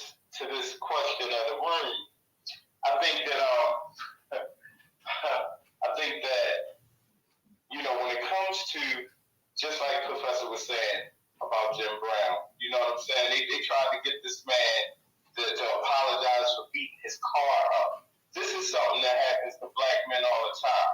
I was molested by a fucking white woman in the first grade. One thing, I mean, a lot of people said a bunch of shit to me, sorry for that, and I'm sorry you had to go through that. But one thing nobody ever said was they never wanted to go after that white bitch that did that to me. You feel what I'm saying? And my thing is, when it comes to black, I mean, I always say this shit. It takes a village to raise a child, but it also takes one to harm one. That comes with our men and our women too. You know what I'm saying? It take one woman to harm a nigga, but it take a bunch of them to kill one. You know what I'm saying? So if you're sitting on the sideline and you one of the women that's like war, or you one of them men that just like, well, yo, that ain't my business or whatever. This how it ends up. You know what I'm saying? I had one person that said, you know what, fuck that, we going after that white bitch that did that to you. And I'm happy that it was a black woman, but it was a therapist. Why the fuck the police ain't come? You understand? Why nobody else ain't do shit? You know what I mean? I think when it comes to protecting, that's a two-way line. You understand? Men gotta protect women, but women also gotta fucking protect men. You understand? We black men out here, we doing the living and we love that shit. You feel what I'm saying? But at the end of the day, when you get on board with fucking white supremacy and doing all that domestic shit, and especially when it's just flat out just foul. You know what I'm saying? You know good, you know better than the white supremacist. Me, I look at you as an enemy. You know what I'm saying? So I hope this brother do get his day in court, because I mean, from all the evidence that I've seen, I don't think that this man is guilty. You know what I'm saying? I don't think that he was beating on that woman. But I do have 4 daughters, and I don't condone any man beating on any woman. You know what I'm saying? But I also got 4 sons too. I ain't going fucking jump on no fucking woman's side and she did wrong and go against my son. You know what I'm saying? So it's a two-way thing, and we gotta protect each other. I like that. All right, thank you, brother McCool. Let's go ahead and get to Robbie was up here. He must have. I know he was having some issues with his mic as well too. So I guess we'll go ahead and get to Mr. Engaging and Paco as well too. And Wilson, she was up here, but she may be having some issues. We're gonna try to get her up here because I see she's Let me see if I can get Wilson up here real quick before I get to you guys if she wants to speak real quick. Hey Wilson, did you want to say something? I know you was having some connection issues. She may have think she must have dropped back down again. So yeah, she's having. Are you looking for me? I'm not sure. Oh, okay. Okay, now I see you. Oh, okay, yeah. Did you want to say something? I was just saying that I'm not. I came in very late, but I wasn't sure if anybody spoke about this. But that this incident with this white woman took place in New York City, and I'm not sure if, from what I understood, she called the police. I'm not sure, and accused him of, assaulting her. She should be charged with that Central Park Karen law that was passed when Governor Cuomo, when he was governor, because of that incident that took place in Central Park. And I don't know if anybody mentioned that, but as I understood it, she was the one that called the police. Who knows? But, black men and black women should be protecting each other. Dr. Francis Cress Welsing always said that what white supremacy fears the most is the strong relationship between a black man and a black woman and the black nuclear family.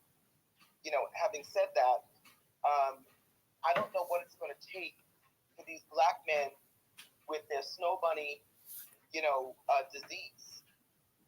What is it going to take? I don't know what it is about them. I saw the one that drove me crazy was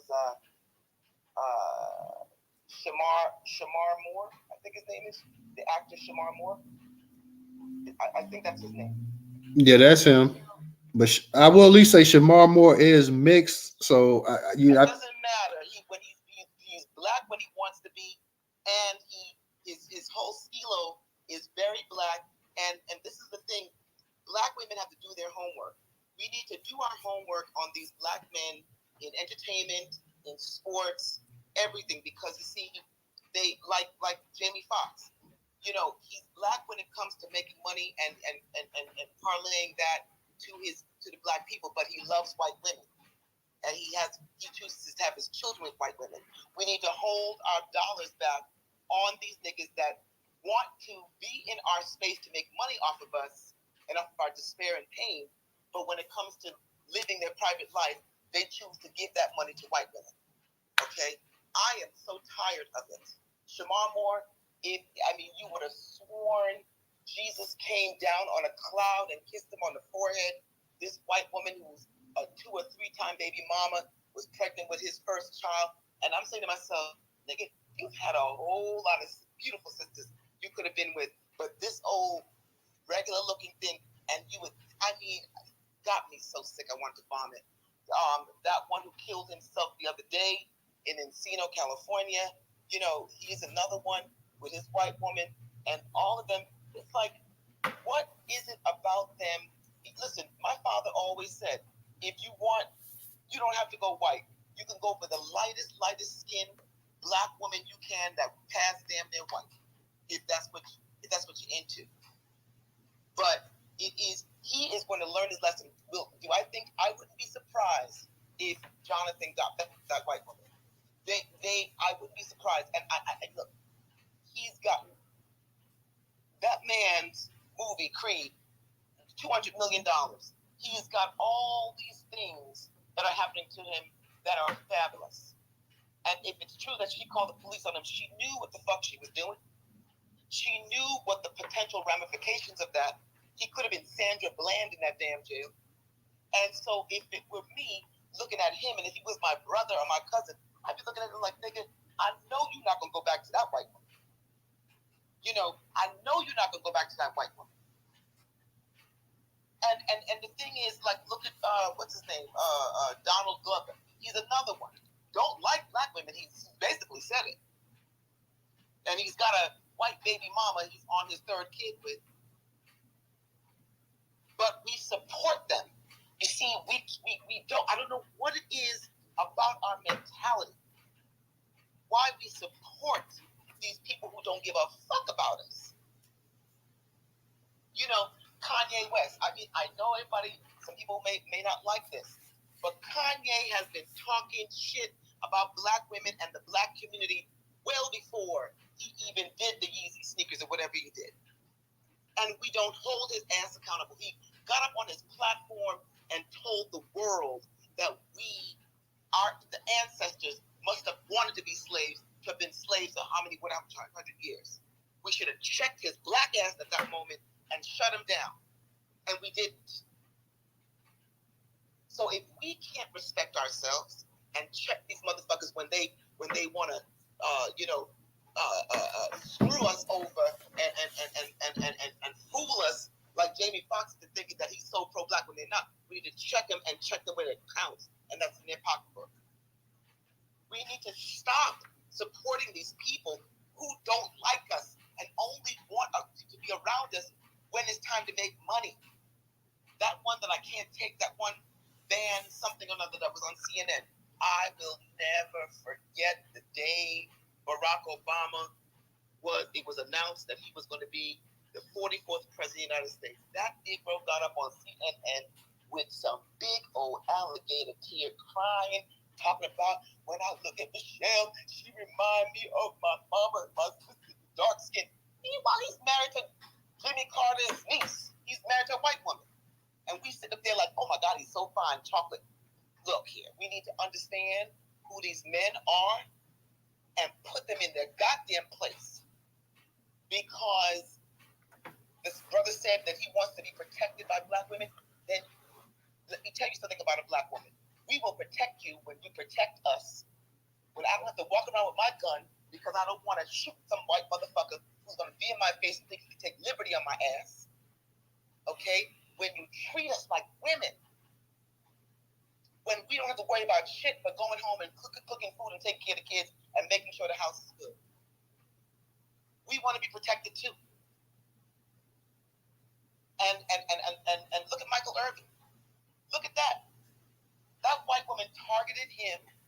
and he got on a plane. And by the time he landed in Salt Lake City, he found out he was not going to be on the NFL reporting on the Super Bowl because some white woman, some piece of shit, called up, talked about, he's sexually molested. And when the video that he had to subpoena Marriott hotels to get the fucking video, the video showed it was completely opposite. But by that time, he had been removed from being the host for the Super Bowl and been just gone through the mud for no reason behind some white ass who wanted to fuck him, and I guess he didn't oblige.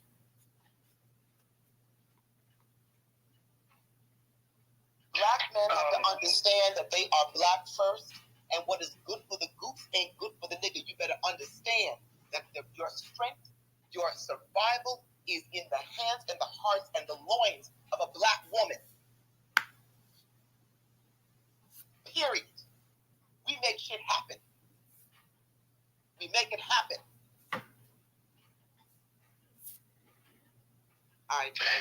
All right. Appreciate.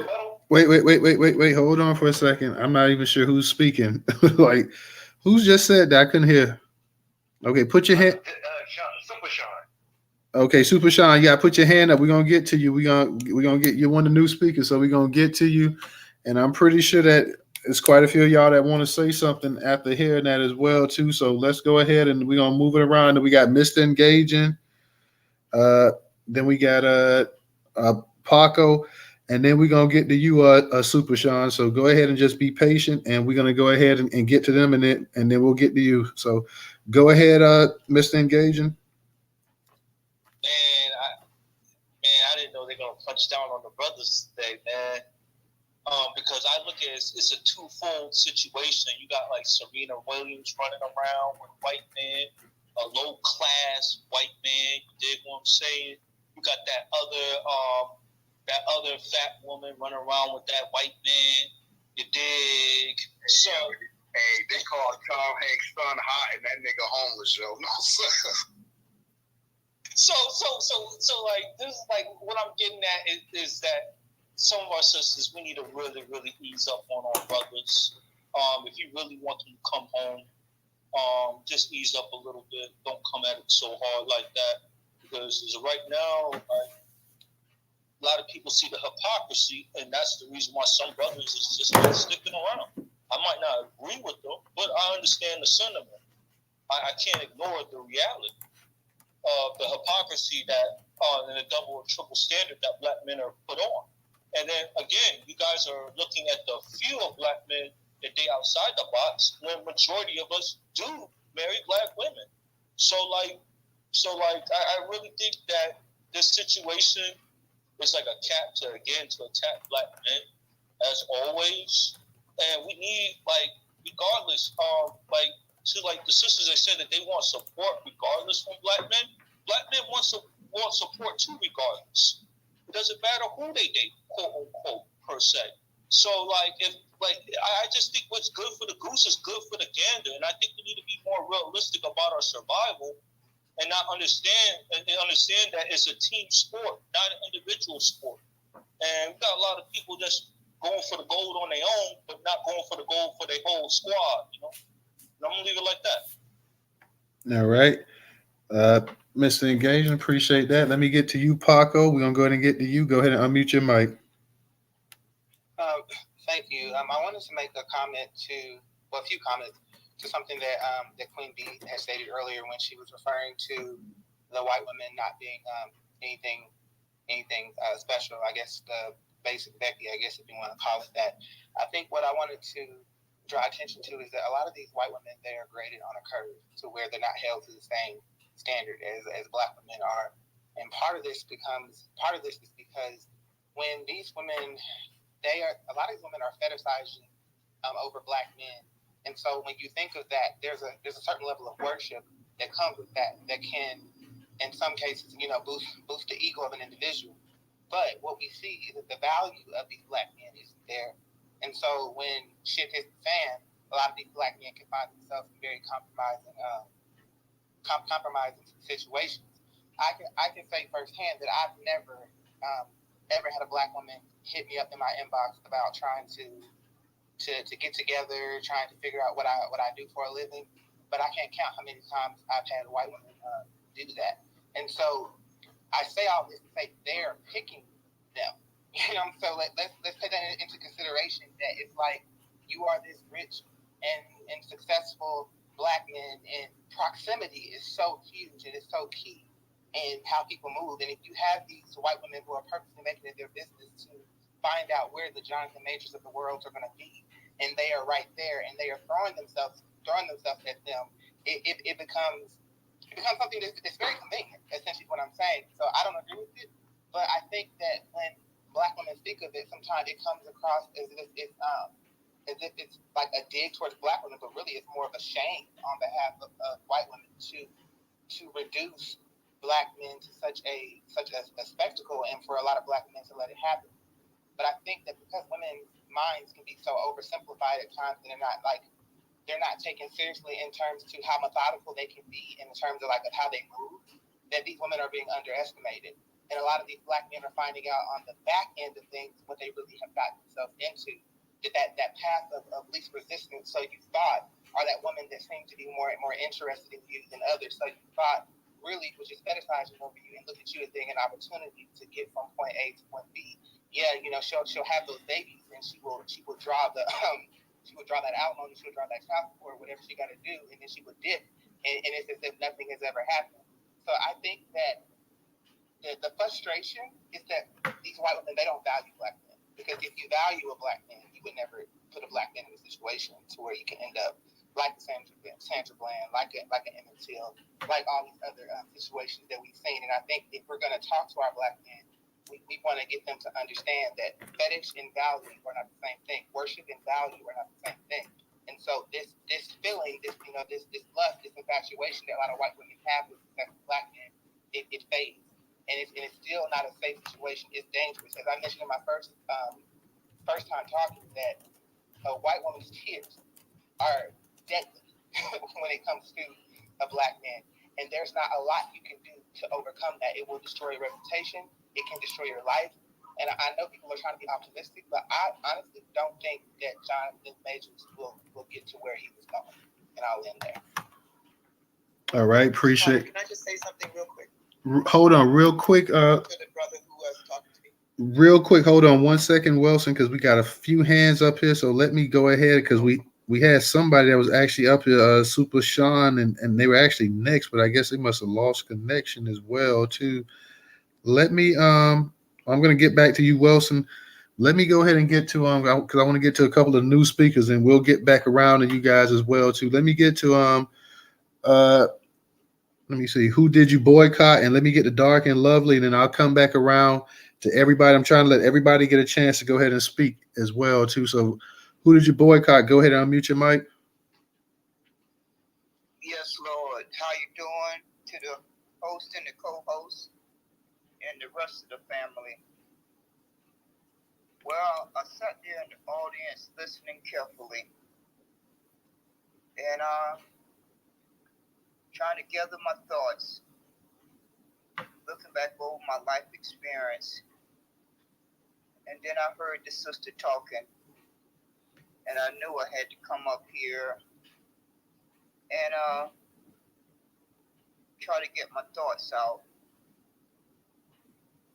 We're at a critical crossroad, and women, for the most part, those that are moving the right way, understand they're going to back their men 100%.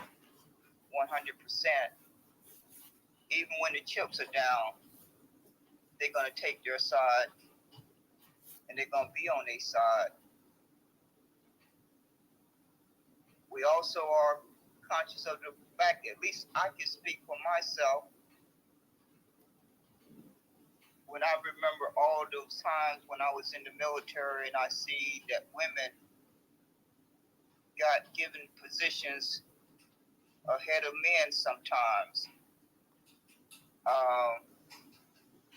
Not so much about the color, but it was just a woman. And but the men always had the top positions for the most part, but they had that installation.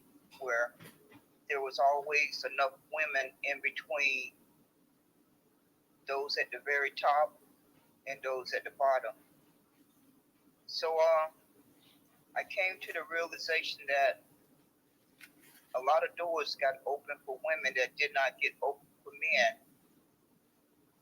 And I remember hearing something about women wanting to be able to be in positions in the military only supposed to be for men. And I was like, wait a minute, who is that talking for me? Because I know I did not say that. It was hard enough just to crawl on the ground, but I got through it. So that women's lib, I don't know who took part in it, but I did not have any say in it. But as a woman, we have to take the licks because enough of them stood up there and was trying to speak for all of us.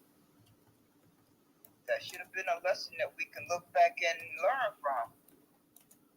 But get moving forward, we fully understand, for the most part, that men has been traumatized from 1619 up to the present. With all that said, women have a built-in instinct to protect their cubs. That's our kids. So we are built that way. We're going to protect our cubs. And when I think about that, that's where I come from. And knowing that the environment that we're in, we're at war. Worse than what our ancestors went through. Because they only had one race to contend with. We got multiple nationalities. So it's a whole lot different battleground now than what our ancestors had to face. So, with all that said, women are going to be nurturers and they're going to protect their cubs. If enough men in our community don't take a stand, women is going to take care of business at the end of the day. We know that there are a lot of good men out there who want to stand on that. They're going to protect their community. They're going to stand for their community first and foremost.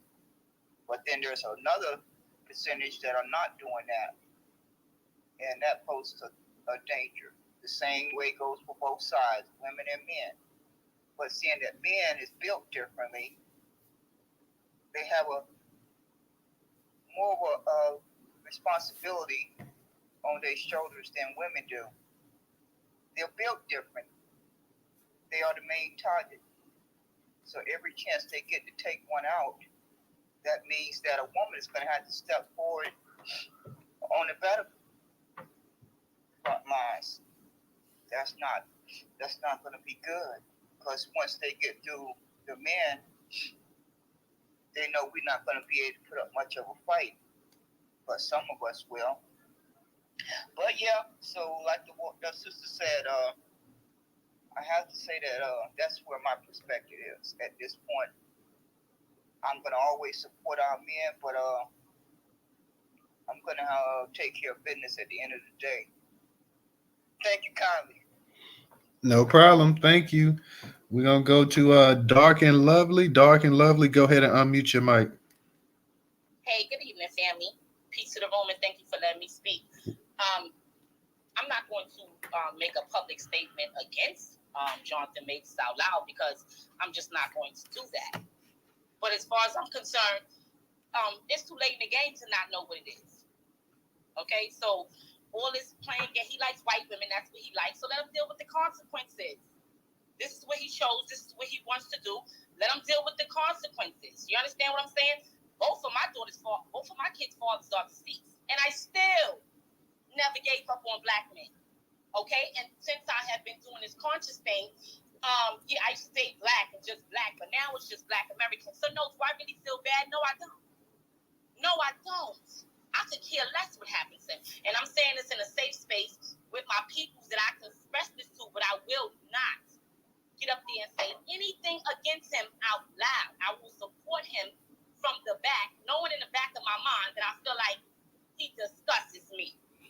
end of the day. It's too late in the game. We already know what it is. It's either us or nothing.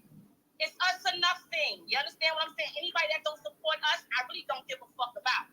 When he put that pink shit on, he knew what it was. He looked like a fucking faggot. You understand what I'm saying? He already knew everything that was coming behind it. When they asked him to put that pink shit on, he like a fucking faggot. Enough is a fucking enough already. I'm tired of these fucking celebrities. They don't say a motherfucking thing about reparations, but they will stay licking that motherfucking baloney smelling pussy. I'm done with that bullshit. You understand what I'm saying? So fuck him, as far as I'm concerned, but I will not speak out against him. But since I'm in a room where I'm comfortable, I will say what I gotta say. I don't give a fuck about nobody that don't give a fuck about this lineage. And that's straight the fuck up. He can go to hell as far as I'm concerned. And anybody else that they white women, Asian women, or any motherfucking thing else, you lick that funky pussy and you're done with me. And that goes for my motherfucking son. I already let my son know. My son is 23 years old. And I told him I will not accept anybody from another race. Do you understand that? Okay? So, yeah, it's 2023. Everybody know, fuck that. I will accept no one from another motherfucking race. You lick a funky baloney pussy, and you ain't got to worry about me getting to this motherfucker. And that's just the way it's gonna go. And I thank you for letting me speak, and I land there. Damn, I never look at baloney in another way. Oh boy. Oh man. Oh my good. Oh. Ain't I lovely? Am I lovely? Oh Lord. And I'm 42. Don't forget that. Lovely. Hey, look, Oh my good. I love it. Look, a brother loves a woman that talks about baloney pussy. I tell you, I love it. Yeah, because that's what it smells like. I don't understand how the fuck are you licking that smelling like. I don't understand that. That shit is nasty at the end of the day. No, I'm serious. It's not funny. And enough is fucking enough. If you don't stand for us, fuck you.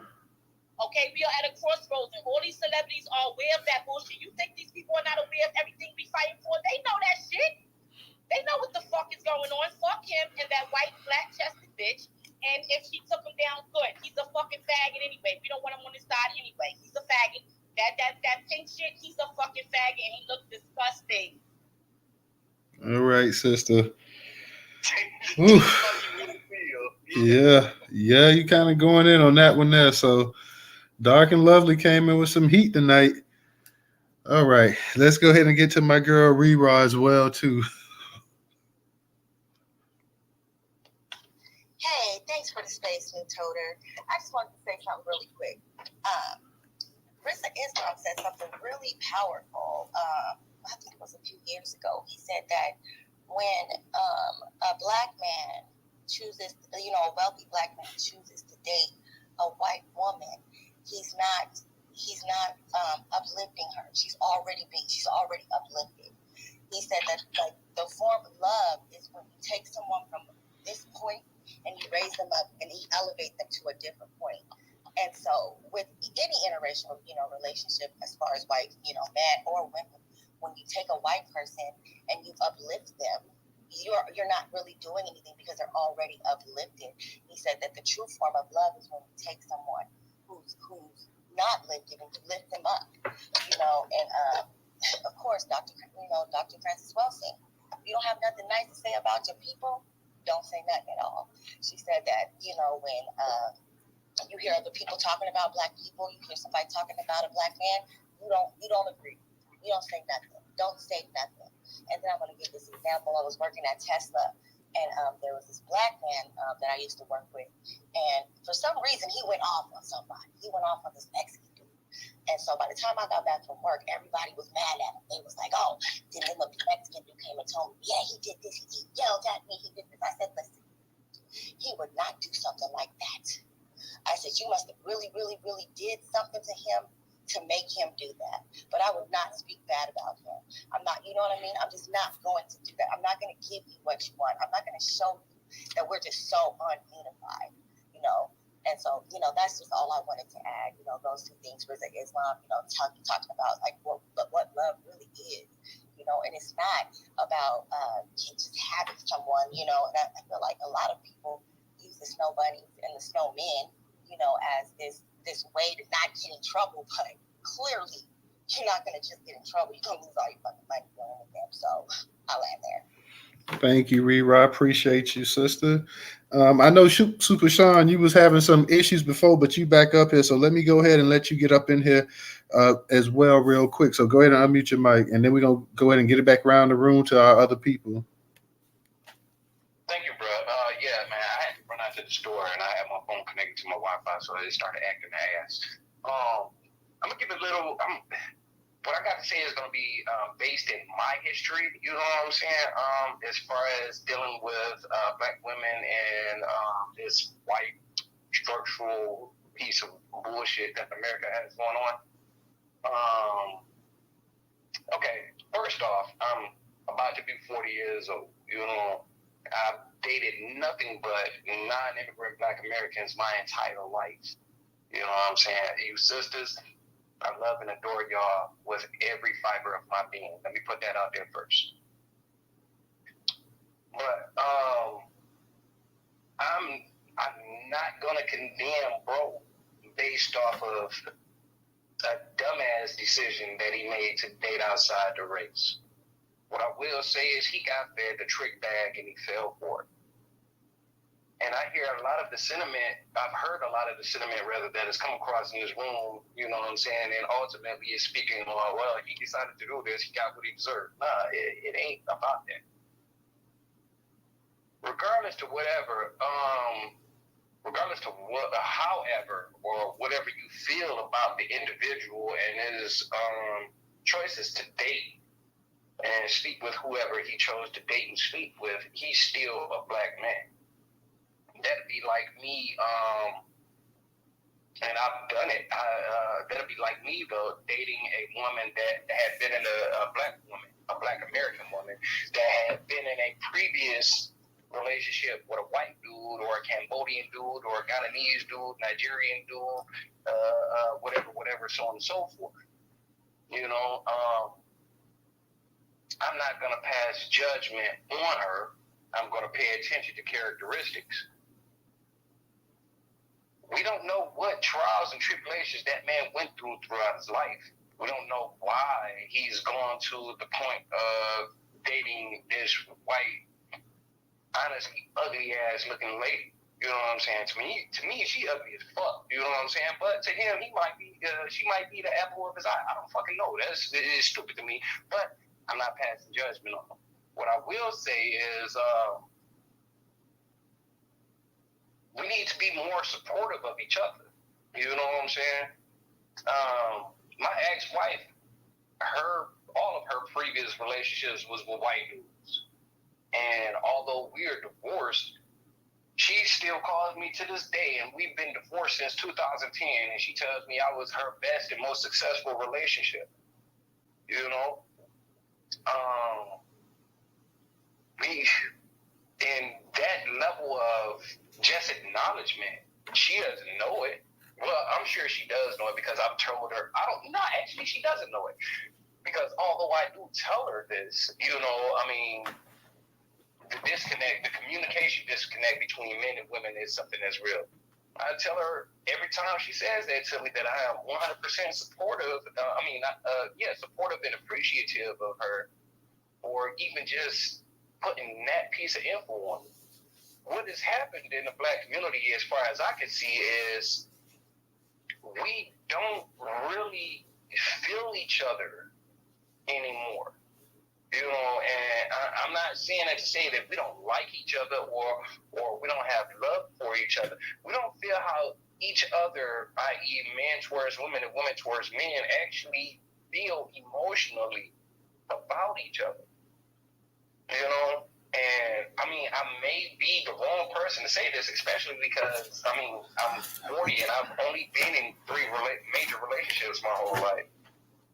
But out of those 3 major relationships, the only person that I have really connected with and still really connect with is my ex-wife. You know? And she can't understand me for the majority of it, the stuff that I be telling her. It's because we're not looking to really, really delve into each other. we got a lot that's in between us, but we have way more that we have in common. Under no circumstances will you have a large group of white American women going against white American men, and vice versa. Same thing with the Latinos, same thing with every other nationality of individuals that's in this country. But you do see that with Black America, non-immigrant Black America anyway.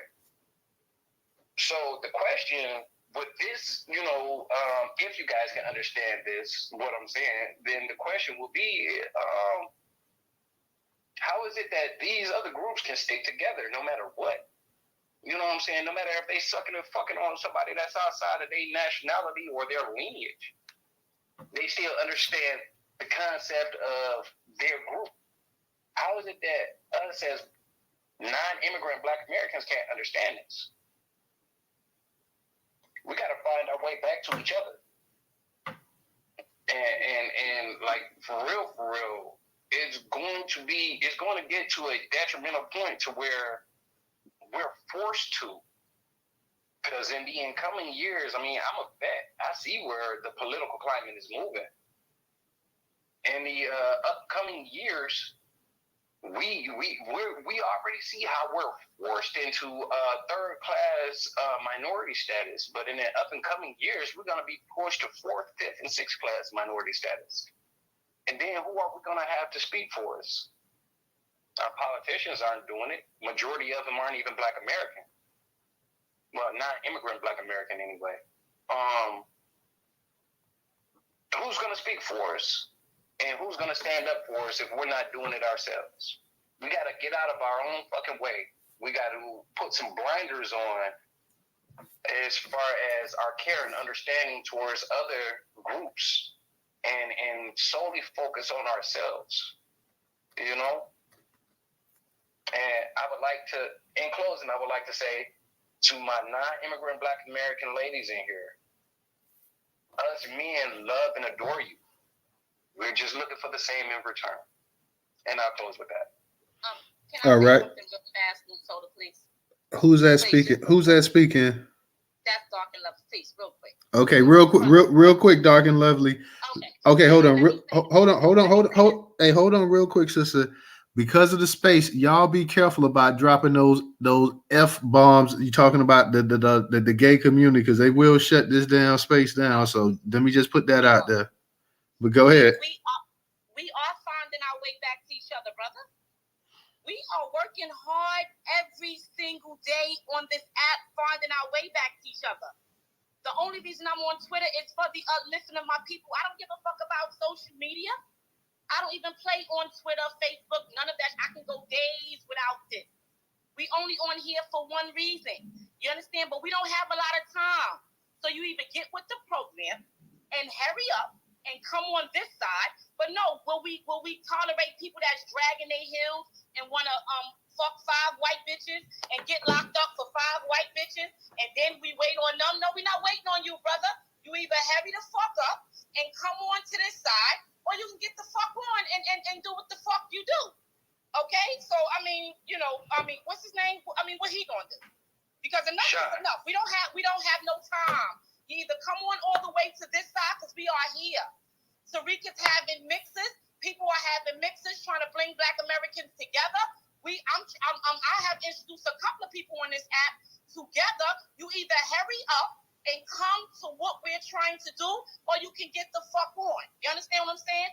So stop with the excuses and this emotional bullshit. Our time is now. You either hurry up or get the fuck on. We don't have time to wait for you to fuck up with 5 white bitches. No, we don't. Sorry, and I won't wait on it. Yo, can I rebuttal that real quick? Yeah, real quick. Yeah. I'm gonna make it. Hold on. Hold on. Go ahead. I'm gonna let you go ahead and rebuttal it real quick, and then we're gonna go ahead because we got some other speakers with their hands up as well too. So let me go ahead and let you get to that real quick. Go ahead. All right. See, and this is kind of part of what I was saying. You see how I approach the situation. I'm talking calm and rational. You're a bit hostile, sister. I'm very And hostile. just like I'm always I was- hostile. Yeah. Now, and I understand that you sound like you got either some New York or New Jersey in you. You know what I'm saying? And I can appreciate that. I'm always hostile, See. especially when. Hey, real quick, Dark and Lovely, let him go ahead and get his point in, and just go ahead, Super Sean, just go ahead and say what you got to say. Because like I said, we got other hands up as well, too. We want to get to them as well. But Dark and Lovely, go ahead and let him, Super Sean says what he's got to say. So go ahead, Super Sean, and do your rebuttal and just go ahead and say what you got to say. Look, my point is, we Black Americans, we gotta handle the rest of society with rough hands. You know what I'm saying? We gotta put these knuckles to the rest of the society. We don't have to do that with each other. You know, I understand individuals may be falling out or whatnot, but the quickest way to get somebody to realize that they done fucked up is to break it down to them in a calm manner. You don't necessarily have to approach the situation with anger, you know. And I understand where you're coming from. I know the culture up there in New York. I've been up there quite a few times. But you attract more flies with sugar than you ever will with shit. And that's something my grandma told me. That's fine, but we don't have time for that. You either get with the program or not. You're a grown man. I'm 42 years old. You understand? You either on this side and you coming on this side or you're not. Nobody got time for you to tell me how I should approach it and how I should talk nice and all this bullshit. I didn't say you got to marry a woman that talks like me. Marry a woman that says it nice like me. I don't give a fuck how the bitch say it. Long as you understand the what's going on. You understand? Maybe you can find somebody that says it nicely. I might say it too harsh, but the message is still the message, brother. We not waiting on nobody. You either get on board or you're left behind, and we don't have no sympathy for you. Enough is enough. Okay? We don't have time for the bullshit. And I'm going to say that again. But how can we have sympathy for our own people, but we have sympathy for other folks? And go and listen. Go find somebody that has sympathy and find somebody that talk nice. I'm not going to do it. I'm going to tell you what it is, the same way I tell my sons. This is what's going on. We don't have time to with your mental health and all this extra shit. We got to get on board. You understand? You either on board or you're not. There's too many examples for anybody to act like they uninformed and they don't know what the fuck is going on. Now, if you want to find a woman that says what I'm saying in a nicer fashion, then do so. I totally respect it. I get it. New York women are aggressive. We sound like black men. I know they tell us that all the time, but trust me, when it comes to treating my man well, I know how to do that. But like I said, at the end of the day, we're not waiting on y'all. Nobody's calling you like a baby. Nobody got time to say you're nice. You either on board or you're not. You sound like you want to swirl. If that's what you want to do, you just go ahead and do that. But just know, you understand what I'm saying, that we don't have time for you and we won't wait on nobody. That game is up and it's over. Yo, don't cast them aspersions on me like that. Nah, I ain't never been a swirling type of dude.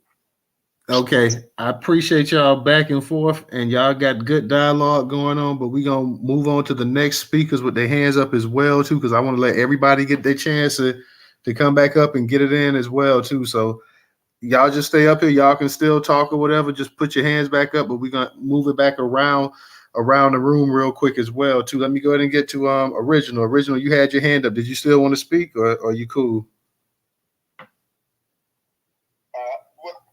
I'll just say this. It's like Shahrazad Ali said. She said that the majority of these people in Hollywood, most of the brothers, they have to go along with this package.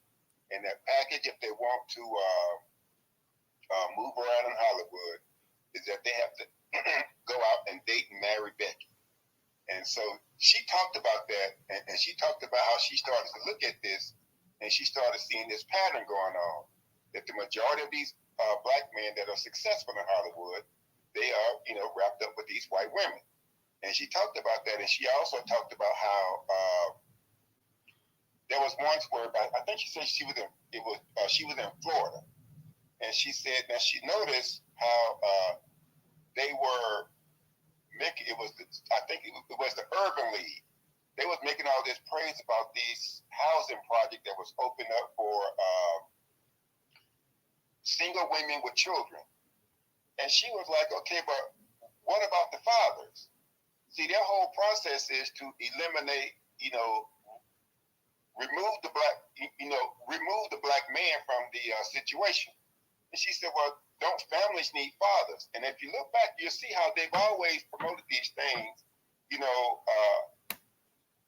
would promote them for women, but it was never, just like with welfare, the man couldn't be in the home. So that's been the enemy's, process all along to eliminate, the black man from the equation.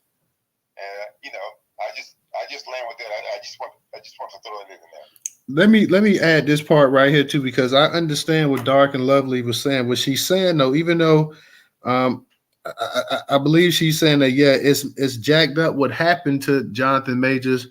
Let's just be honest. A lot of people, black men and black women, kind of feel to a certain degree, and they're not saying it publicly, but a lot of them feel that he's getting exactly what he deserves for the simple fact that, hey, a lot of people feel that as soon as a black man gets any kind of status or money, the first thing he does is run up out of his community and find somebody that doesn't look anything like him and wifes her or have kids from her or makes her instantly rich and just pissing away generational wealth. So, within a matter of a few years, he's come up and he's become a box office superstar.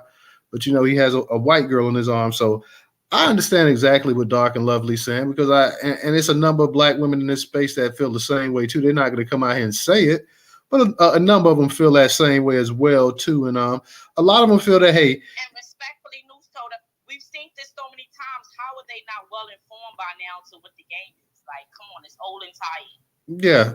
I get the way y'all feel. I understand what y'all feel. I'm not saying that a lot of brothers don't feel the same way.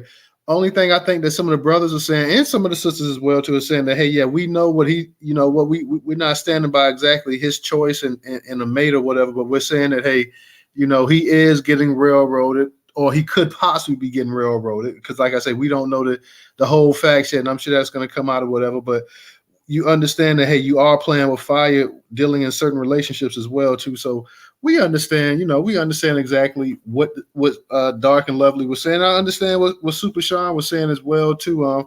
To a certain degree, he was saying that, hey, whether his choice and mate is what we would is acceptable to a lot of us or not, we feel like he's been basically railroaded or whatever. So I understand both point of views. I agree with both point of views, as crazy as it is as well too. But I do feel like, hey, he's getting the short end of the stick. That in terms of just what we've heard so far publicly, that he's already been in the court of public opinion. And I know we had a comment, and I believe somebody left in the comment, is that Taryn Walker says they really don't know though, or something. But I just think from what we're seeing, from what the public is saying and stuff like that, the constant articles that they're pumping out, and now, like I said, you got people talking about from Yale and people in Hollywood, Avengers and this and that, talking about the dark side and this and that. Like, it didn't take long for that whole dark side and the dark side of him to come out and everything else like that. So, I will just say that point right there. Like, yeah, it's not taking long for them to go ahead and form an opinion about this guy and using the media to their advantage to go ahead and kind of darken him up the same way they did OJ on that cover after when that double murder came out and they did that picture of his mug shot, how much darker they made OJ Simpson look on that actual that Time cover, and that was done intentionally as well too. So I know this is a different thing. There's no double homicide or this or that or whatever, but I just want to go ahead and put that out. Like, I understand exactly both point of views, what both people are saying. And I'm in agreement with both of them to a certain degree as well too. So, I understand. You're right, Doc and Lovely. We've seen this game been played a million times over. Unfortunately, it's been played again. So, if that, here's the thing, like you said, you're entitled to date who you want to date, but at the same time, it comes with a risk. I mean, and I understand exactly. Yeah, this is a free country, as they say. You can fall in love, you can date, you can marry, you can do whatever you want to, but just know that, hey. In baseball games, it's 3 strikes and you out. But in this game of life right here, it could be 1 strike and your ass is out too. So, just tread careful with who you picking to be with, especially if it's somebody from the dominant society. You may not get a whole lot of at-bats. One at-bat might be your ass right there. So just go ahead and think about that as you move on. So I just want to go ahead and say that. And let me go ahead and get to I know Brother McCool, you got your hand up. Before I get to you, Brother McCool, real quick, guys, up in the Jumbotron, we ain't got nobody to subscribe to the YouTube channel tonight. We need to go ahead and get some subscriptions to that YouTube channel. So make sure y'all subscribe to the Newstoter YouTube channel. It's up in the Jumbo link. In the Jumbotron, it's the sixth one over, I believe. It's either the sixth or the fifth one over. So go ahead and subscribe while we're in this space right now. We got 50 some odd people, 60 people. So go ahead and subscribe to it. Also, remember, Newstoter is the largest Black-owned news curation platform today in America. If you can, support us on Cash App. That's $ Newstoter. Once again, that is $ Newstoter, the largest Black-owned, Black American-owned media news curation platform today in America. So if you can support us, even if it's $1, that's $ Newstoter. If you do not have a Cash App, we have the Venmo and PayPal up in the Jumbotron as well too. Let me go ahead and kick it to Brother McCool. Go ahead and unmute your mic. And y'all, let's try to stay on topic too. Let's try to stay on topic about Jonathan Majors or cases similar to Jonathan Majors. For y'all that don't know, tomorrow night we're gonna have Judge Joe Brown in the space tomorrow night, and he's gonna be challenging kicking back against these allegations that's been made too. So you make sure 8 p.m. Eastern Standard Time, the Honorable Judge Joe Brown will be up in this Twitter space tomorrow night. So we definitely gonna have a judge up in the house. So y'all make sure y'all come through tomorrow night. Brother McCool, go ahead and unmute your mic. Yeah, I'll just say this to this topic. You know, I've always thought it was weird for a black man to even be involved with a white woman when he comes from a black vagina. I've never had sex with a white woman besides the time a white woman forced herself on me. But I've never had sex with a white woman, no relationship with a white woman at all. And I always felt like it would even be fucking totally disrespectful to my mother to bring a goddamn woman home that don't look like her. Now, for these guys that try to condone it or even try to make, I'm not going to condone nobody for it. I got a brother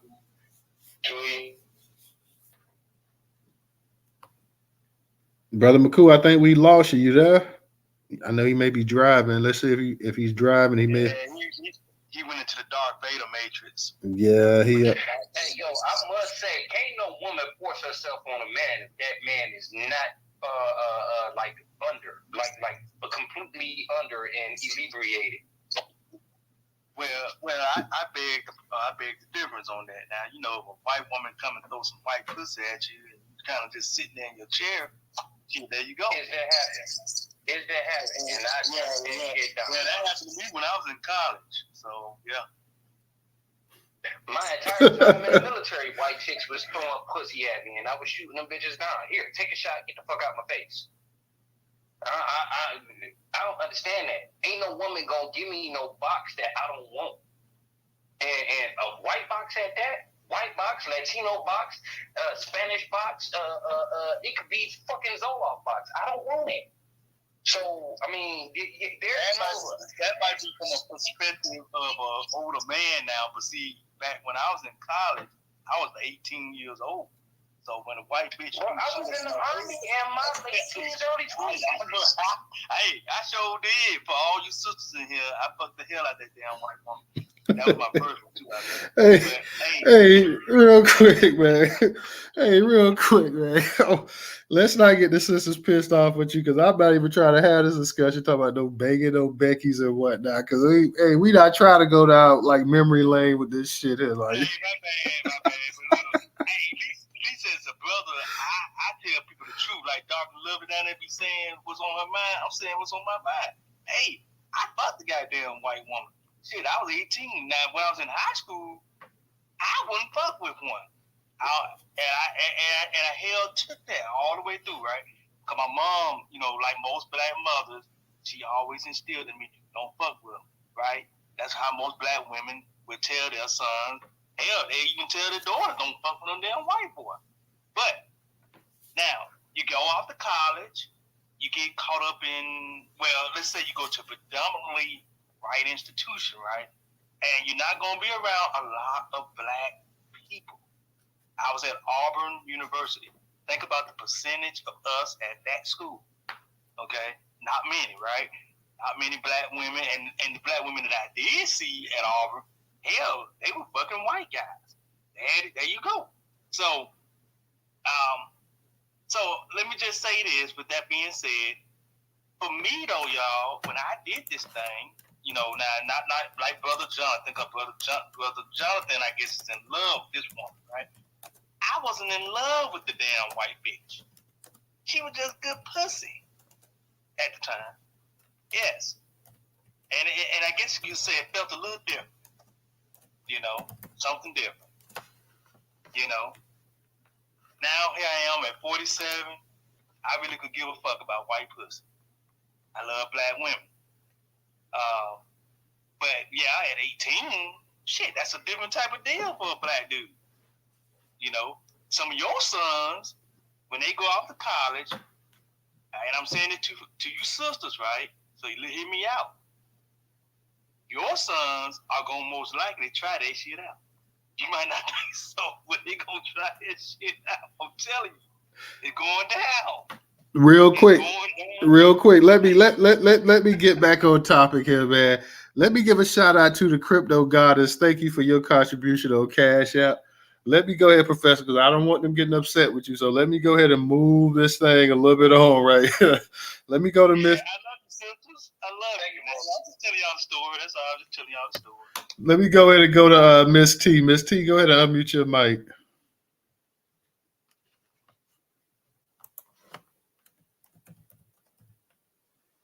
You there, Miss T?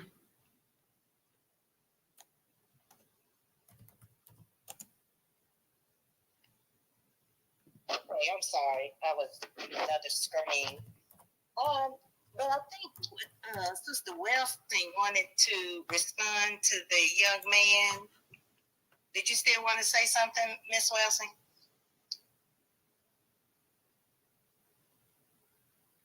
Okay. Go right ahead. I mean, I wanted everybody to have their say, as Ms. Carter said, respectfully. So go right ahead, and I'll ask Ms. Carter as a big talker. Okay. One thing I want to say is hit dogs holler, because when Sister Wellsing spoke, she didn't speak on all black men. She spoke to the topic, and she spoke about black men with white women. Now, some brother came up here and started, I guess he had his feelings hurt and started crying. But listen to the words that she said. She didn't say shit about all black men. She spoke about specific black men.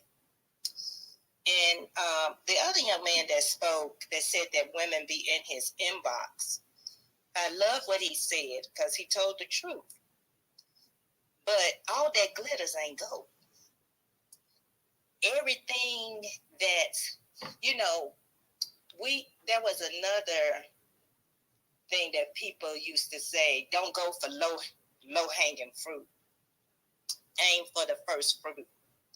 So with Jonathan, well, if somebody's in your inbox, you may want to slow down and really see what that's about, because all that glitters is not gold. So aim for the first fruit, especially for the young men. And then I want to agree with my sister, Dark and Lovely. Black men, have too many chances to see how shit goes real wrong when you are a successful black man. You don't even have to be a success in like the entertainment industry. You can be a success in the business world.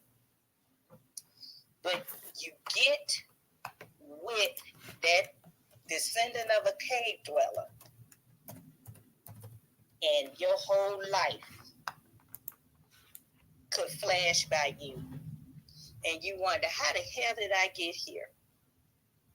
And at that point, black women, I hear what you said, Sister Boycott, but I can't support a black man when he gets in trouble with his white woman, because now he's back to the black community. I'm looking at you like, dude, you better go over there and get them white folks to help you. And then Super Sean said something about we're the only ones who don't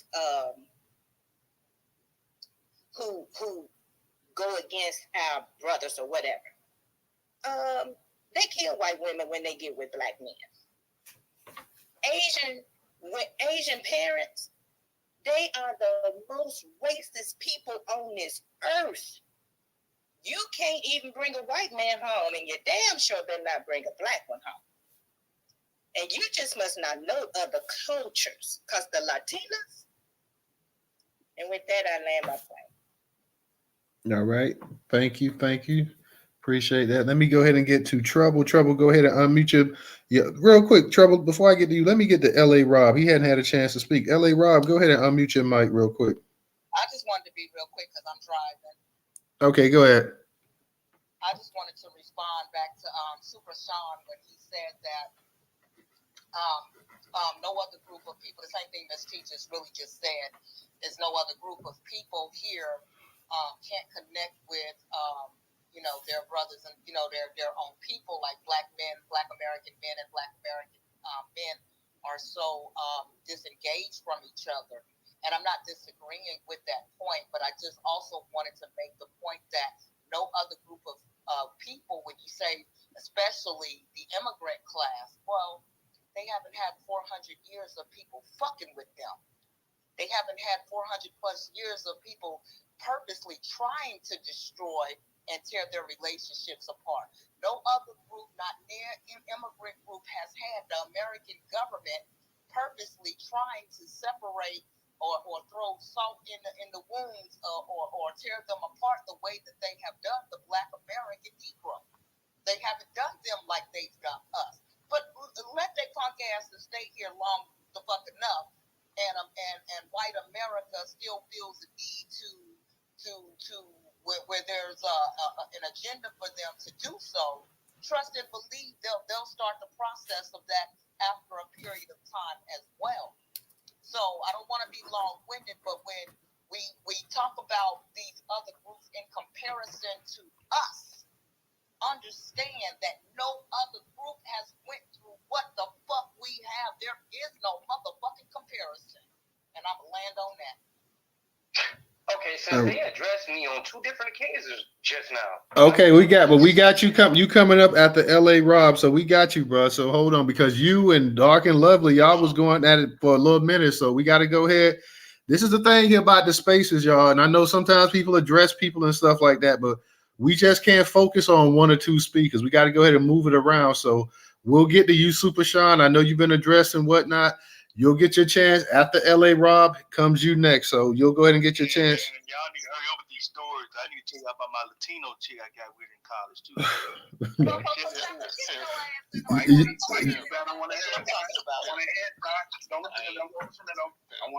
Let me go ahead. L.A. Rob, go ahead and unmute your mic. Go ahead, Panther. I'm gonna slide back and let Sean get out. Speak on what he needs to speak on. I ain't tripping, Panther. Okay. I ain't tripping. For real. All right, no problem. Thank you, bro. Go ahead, Sean. Yo, first off, I was speaking in general on behalf of black men. Okay, let me just put that out there like before. And as you two women will hopefully be able to understand, just like a lot of the brothers understand, y'all are kind of digging at black men. I mean, I understand that individuals specifically make mistakes. They make badass decisions. Some motherfuckers can't be brought back into the light, but they still deserve a little bit of grace. You know what I'm saying? And other individuals just deserve to be buried. An individual deciding to sleep with somebody outside of their race and getting fucked over for it, I'm not going to say that individual deserves to be buried for that. I'm going to say he fucked up. He fucked up. But that's his stupid decision. Just like Serena Williams, I love Big Sis. She fucked up. That was her decision. But if the roles were reversed and this shit was thrown on Serena, I would have Serena's back. What I mean, what the fuck? We our own people. We are the only individuals that comprise of the non-immigrant Black American DNA. And we're not supposed to have our own backs? You know what I'm saying? As long as the shit don't hit like Super Saiyan egregious, if you ain't fucking with no kid and you ain't out here murdering, just randomly murdering motherfuckers and raping people, I gotta give you the benefit of the doubt as a non-immigrant Black American. That's the way I feel. And if everybody else in here can't understand that, I don't know what you understand to be loyalty. Like, what the fuck? My little sister, until I get unequivocal evidence that she is guilty for whatever, that's my little sister. And ladies, if you're not the lady I'm dating, you're my little sister. Fellas, y'all my little or big brothers. Flat the fuck out. It's loyalty. And this just may be a Detroit aspect of shit. But goddamn it, if you can't understand a group of Asian motherfuckers run out on you because you dating one of the motherfuckers that these Asian bitches think is the most attractive, sister, I got your back. I'm throwing chairs, tables, and kneecaps at every Asian motherfucker running up on me. Same thing with you, brothers.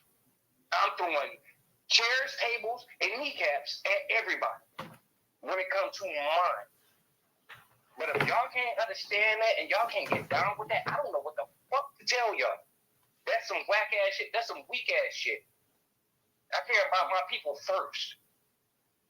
When the actions come out, I weigh the actions. I care about my people first.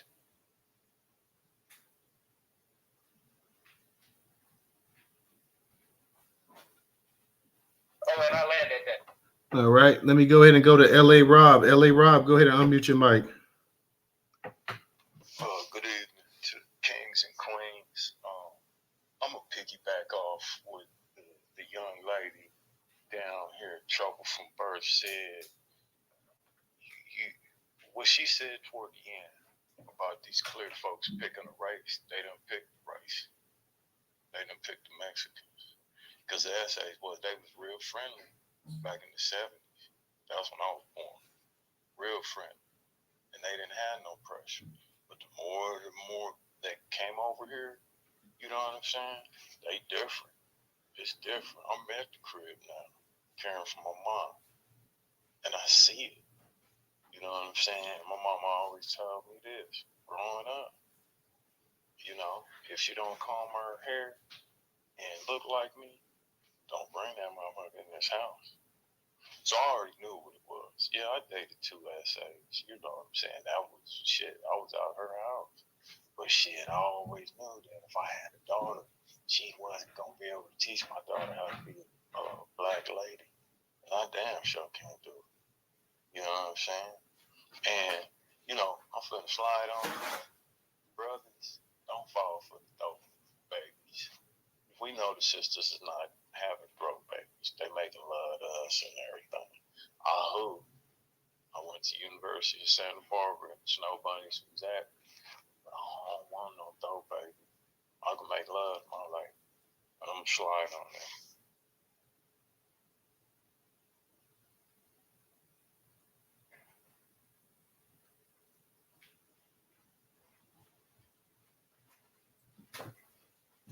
All right, appreciate that, bro. Let me go ahead and get to Rera was up here, but she must have left. Let me go ahead and get to hold on real quick. I think it might be no, not she professor. It must be well, let's go ahead and get to Brother McCoo because he was waiting for a second. Go ahead, Brother McCoo. Yeah, I don't know if everybody hit me. I know last time I was doing out Matrix of what? But I'll just continue. I don't know how much everybody heard last time I was on, but I was just saying this, that, when a black and a white person has sex, the biggest joke is on the offspring. You know what I mean? And I see the evidence of that. And I just wanted to say that it just didn't make sense to me, even as a youngster, how bringing a person that didn't look like my mother into that house, and it was just an embarrassment and an insult to my mother. And I don't see how other black men can't see it that way, despite your wants. You know what I'm saying? What you want and what you need is two different things. If you have a daughter, you need a black woman to raise that daughter to be a fucking woman. Just like if you're a black woman and you got a fucking boy, you need a black man to raise that black boy into a black man. That can't be done by no other race. That can't be done by a white man or a white woman. You know what I'm saying?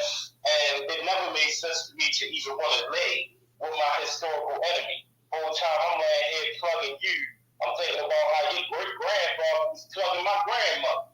Like, so that shit just definitely never made sense to me. I definitely never had any type of compassion or any type of, even when my brother had sex out of his race and had babies with that white girl, I still to this day get on my fucking brother about my niece. I love my niece, but I don't fuck with her mother. Period. Let that shit be known. You feel however the fuck they want to feel. But look how much confusion that has brought to my fucking family. And then my niece ain't had nothing to do with them fucking. But she gotta go through that.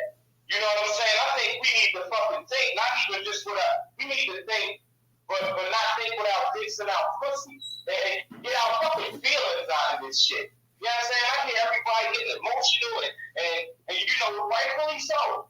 You know what I'm saying? But I'm gonna leave all y'all with this.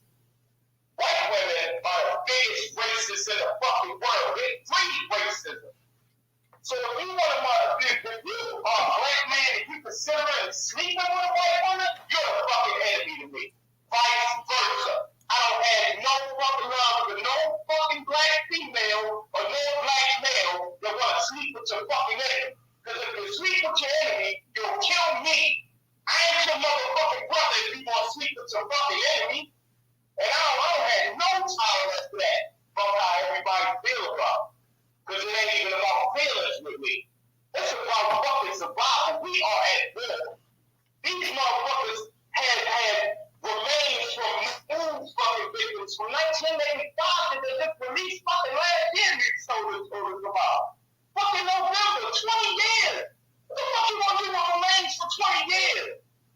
And some people out here actually want to sleep with these motherfuckers, want to create with these motherfuckers, like Serena Williams, black ass. Black as you is, you want to fucking create with a white motherfucker? Man, fuck out of here. I don't have no remorse, I don't have no love for no fucking black person that want to fucking sleep with their enemy. You want to sleep with your enemy, you wake up in the morning and you don't, you deserve what the fuck you get.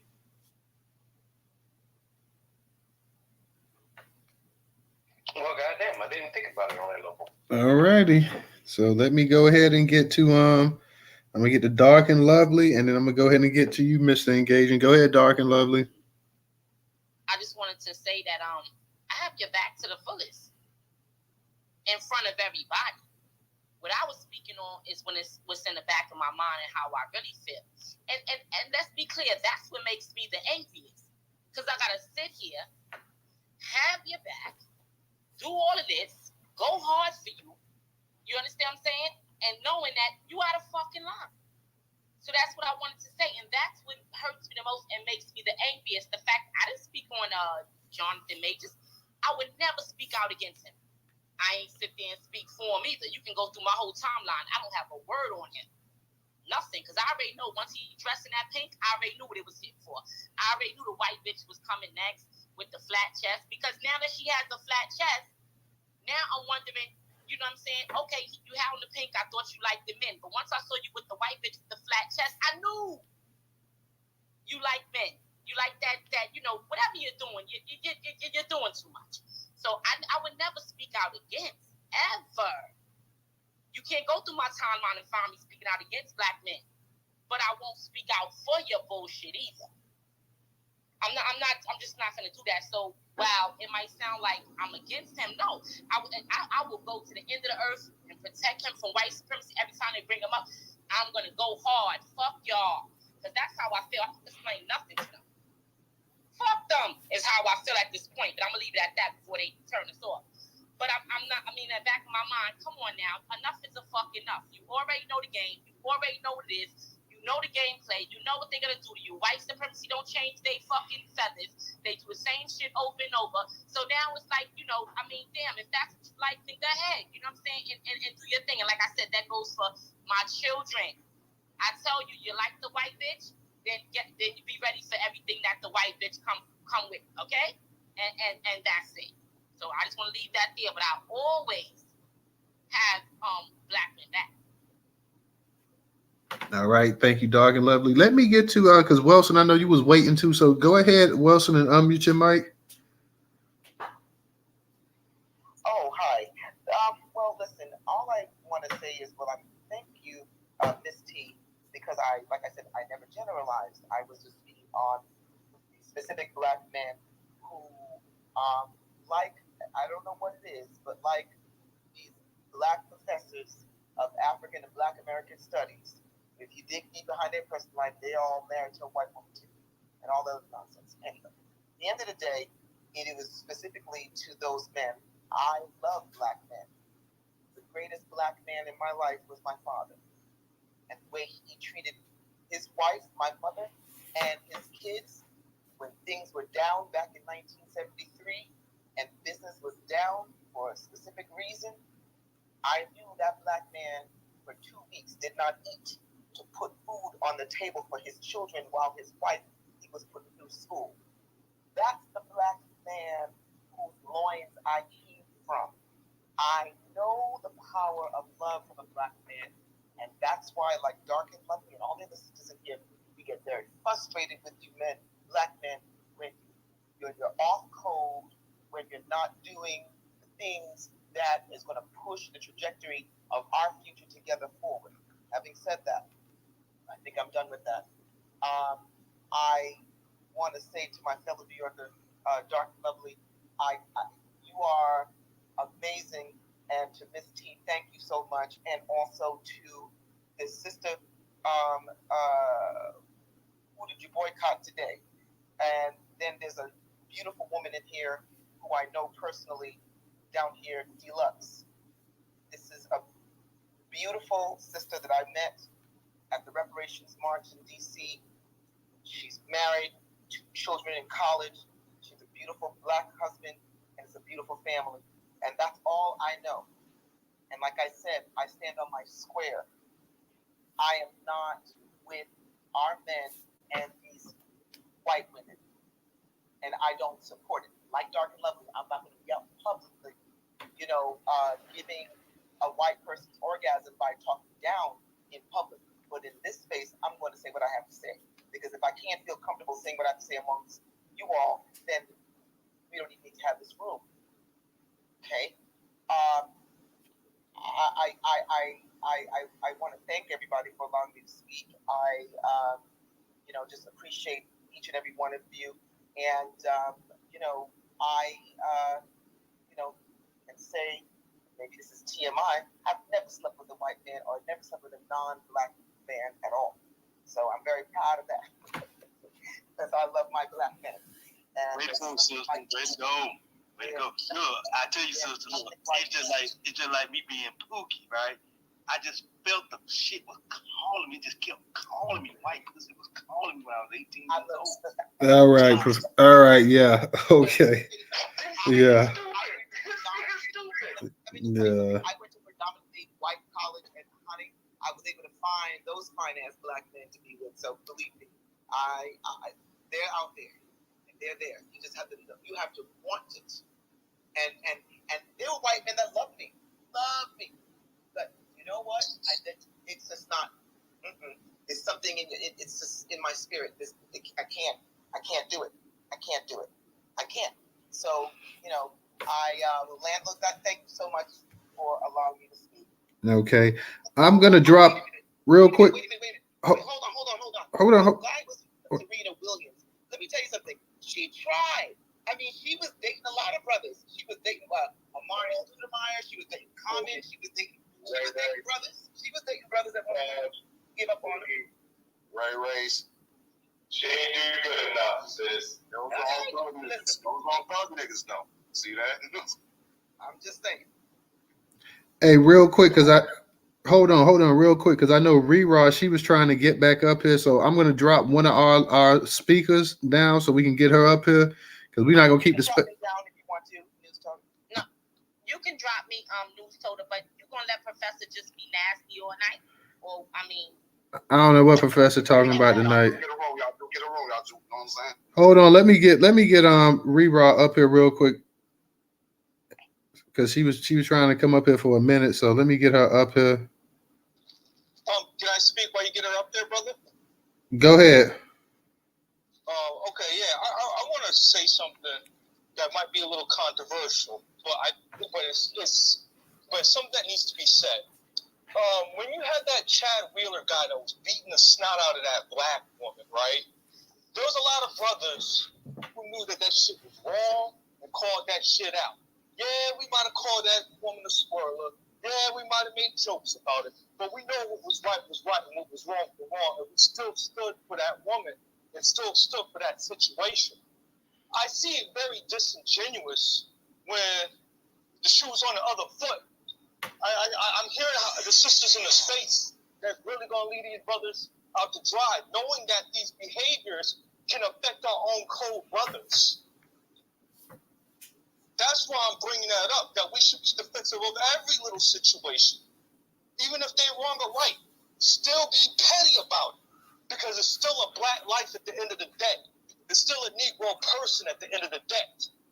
So, that's just my controversial take on just hearing everybody and their opinions, And I'm welcome to take the criticism and the smoke for it back, too. Because I think that we need to be defensive, no matter what they're doing. We might not give them all that full support, that full support, but we gotta at least do something, because if we don't, it makes us a target. So that's how I look at the situation.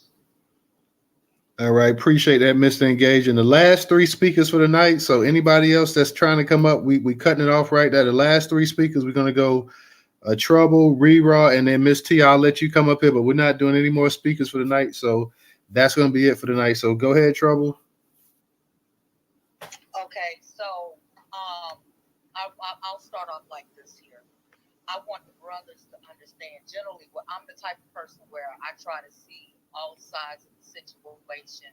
And so when I'm addressing, especially the topic of the room, which is Jonathan Major, when I spoke the first time, what I started off with saying, anytime I spoke about black men with white women, I also referenced black women with white men, so that there wouldn't be this back and forth about the whataboutism, because I really can't fucking stand the whataboutism that we always seem to have to delve into when the conversation is about one particular person that has to do. And so when we're talking about, okay, well, this is what black men do, there's always a few that have to jump on. Well, what about, black women did A, B, and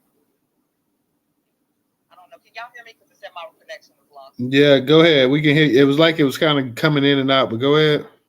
Because I just rolled in my yard, so my Wi-Fi switched over. But all of the goddamn whataboutisms and the emotional bullshit that comes with the whataboutisms, we got to stop doing that. The conversation was about Jonathan's funky motherfucking ass and what he's caught up in. So we don't always have to delve into, well, when the black woman did A, B, and C, and she, so-and-so, and because we both know that it happens on both sides. We have a bunch of black men that'll jump out and say, oh, well, that's what the fuck that bad bitch get, so-and-so, and then you have the brother that's on the defense. When something happens to our brothers, you have a bunch of black women that's what he get for being with that white bitch. And then we have a lot of sisters that like, wow, that's really fucked up. I hate that happened to him. I knew that white bitch was gonna do that. I hope he gets justice. That's generally how it flows. So we don't have to keep going about the what about.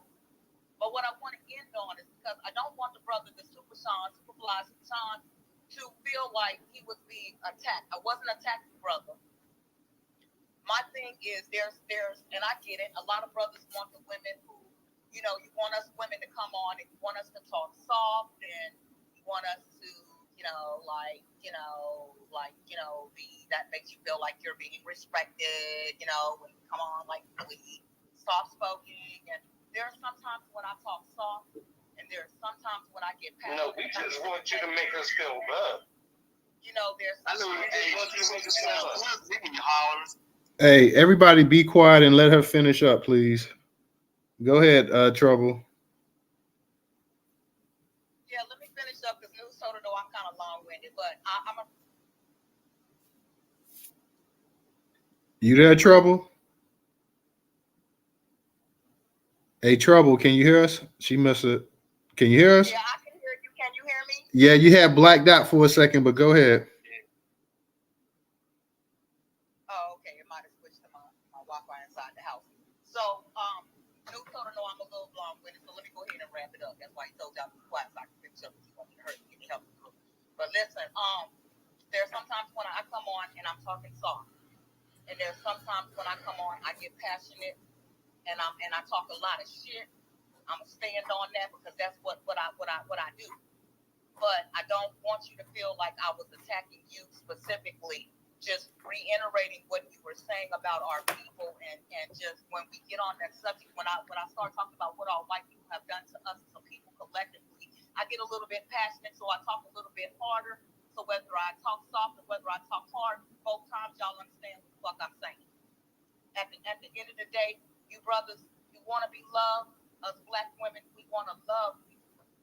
We want to be loved too. It's a two-way street.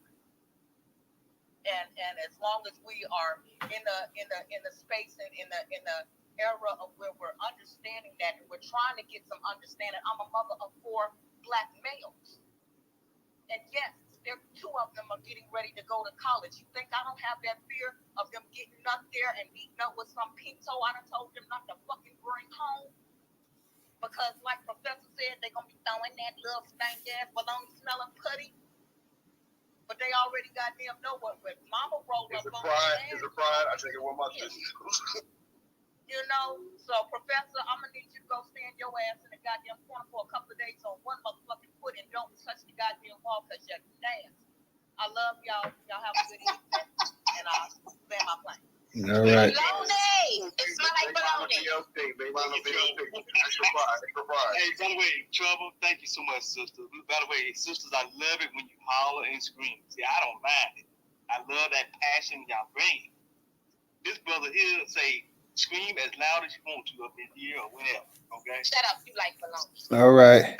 Professor, mute your mic. Let me go ahead and get the Re-Raw. Go ahead, Re-Raw. Hey, Newstoter, thanks for letting me speak again. I just wanted to hit on like 3 quick points. So, first and foremost, you know what I'm saying? White women and white men are enemies. I'm sorry. I really hate to say it, like that. But, I mean, everybody wants to give this white woman a pass. Like, she's just been docile and, like, completely silent in everything that's happened. But no, she killed a bunch of babies. She killed a bunch of men. She killed a whole bunch of people when she had her little reign of terror. You know what I mean? And then secondly, I just wanted to speak on, as far as black men and black women, like there's never a disconnect. There's never been a disconnect. I'm an Army brat. I was born in Cali. I was in Germany for 4 years. I moved to Colorado for 5 years. All I seen was white boys, but I would never, okay? I'm sorry, never let any of those barbarians penetrate me. Crazy? Like, ew. Every time I think about my baby, I think about her being just like me and my husband, dark-skinned, beautiful people. You know what I'm saying? And you cannot be pro-black, okay? This is another thing. I hear a lot of black men who's laying down with these, and even black women too, I'm sorry. They think that they're having black babies. No, you're not having no black baby. You're having a mixed baby, okay? And ultimately, that's genocide. If you hate looking at yourself in the mirror every single day, that's the only reason why you will wake up and choose this and decide to have a baby who look nothing like you, so that your baby could look nothing like you. You're gonna be at the family reunion 50 years later, and you're gonna be the only black person there. Okay, that's what it's gonna be.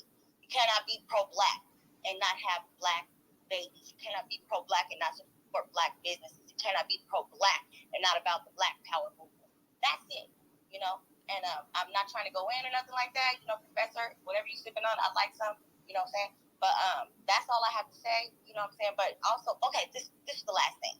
So when a black person dates a white person, male or female, to me it seems as if they have to completely denounce their community. They have to denounce. So the black woman with the white dude, she has to denounce the black man. I hate black men. I hate their dicks. They're so big. I hate it. And then the black man, he also has to come into that situation and make her feel good and say, hey, I hate black women. I hate their hair. I hate everything about them. They're coming in a submissive place. No matter what they think. They're like, oh, I'm the man and I you know, this is my woman. No, you are a subordinate. Okay, you're a subordinate when it comes to your white woman, because what she says is law, and vice versa with the man, you know what I'm saying, messing with the woman, or the woman messing with the man. You are coming in as a submissive person. It's like the police having sex with the inmates, the COs having sex with the inmates. You're not on top. You'll never be on top in a situation like that. The only way that you can be equal and equally yoked with your woman is if she came from the same struggle, went through the same things, and when you lay down and talk to her, she fucking understands. And these men who are on here, you know, talking about these white women and all that, there's no way you can lay down with her and have the same kind of conversation that you could have with somebody who's going through the same thing you're going through every single day. And I land my plane. Thank you for listening. Okay, I see there's some hands up, but I already said that Miss T is going to be the last speaker for the night, y'all. So we will get up with y'all tomorrow night. Miss T, go ahead and kick it in real quick because we finna close this space out. You're going to be the last speaker for the night. Okay. Woo. All right, Rira. I hear you, sis. To address the question, has Jonathan Major been convicted in the court of public opinion? I think it's still out. It's still to be decided. Once information comes out about if this woman was really a white woman, if this woman is the mother of his child, I think that's when sisters will make a big decision. And we pretty much made his career with Lovecraft Country and going to see Creed 4-5 times for that body. So just like what happened with Wesley Snipes, what happened with Wesley, what also happened with Jamie Foxx, I'm glad you said that, with Sister Wesley, because once he started dating that Katie Holmes, his career took a tumble because we just can't support you. And I can't support you because you're sleeping with the enemy. We're at war, like Brother Muko said. And how can I trust you to have my back? This white woman is aiming at me. You locked and loaded, you scared to shoot because it's a white woman. I can't trust you. I can still love you as a member of my community, as my brother. But can I trust you? Hell no. Because you lay low. And with that, I land my plane. And with that, everybody, I would like to conclude tonight's Twitter space. Join us tomorrow night with Judge Joe Brown in the house. Judge Joe Brown he's going in on those allegations. So everybody come out tomorrow night, 8 p.m. Eastern Standard Time. We're going to have Judge Joe Brown up in the house. So thank you, everybody, for coming out, to the co-hosts, the speakers, the listeners. Thank you to all my people that supported on Cash App as well, too. And we'll see you guys tomorrow night. Have a good night. I'm starting the space. Come over.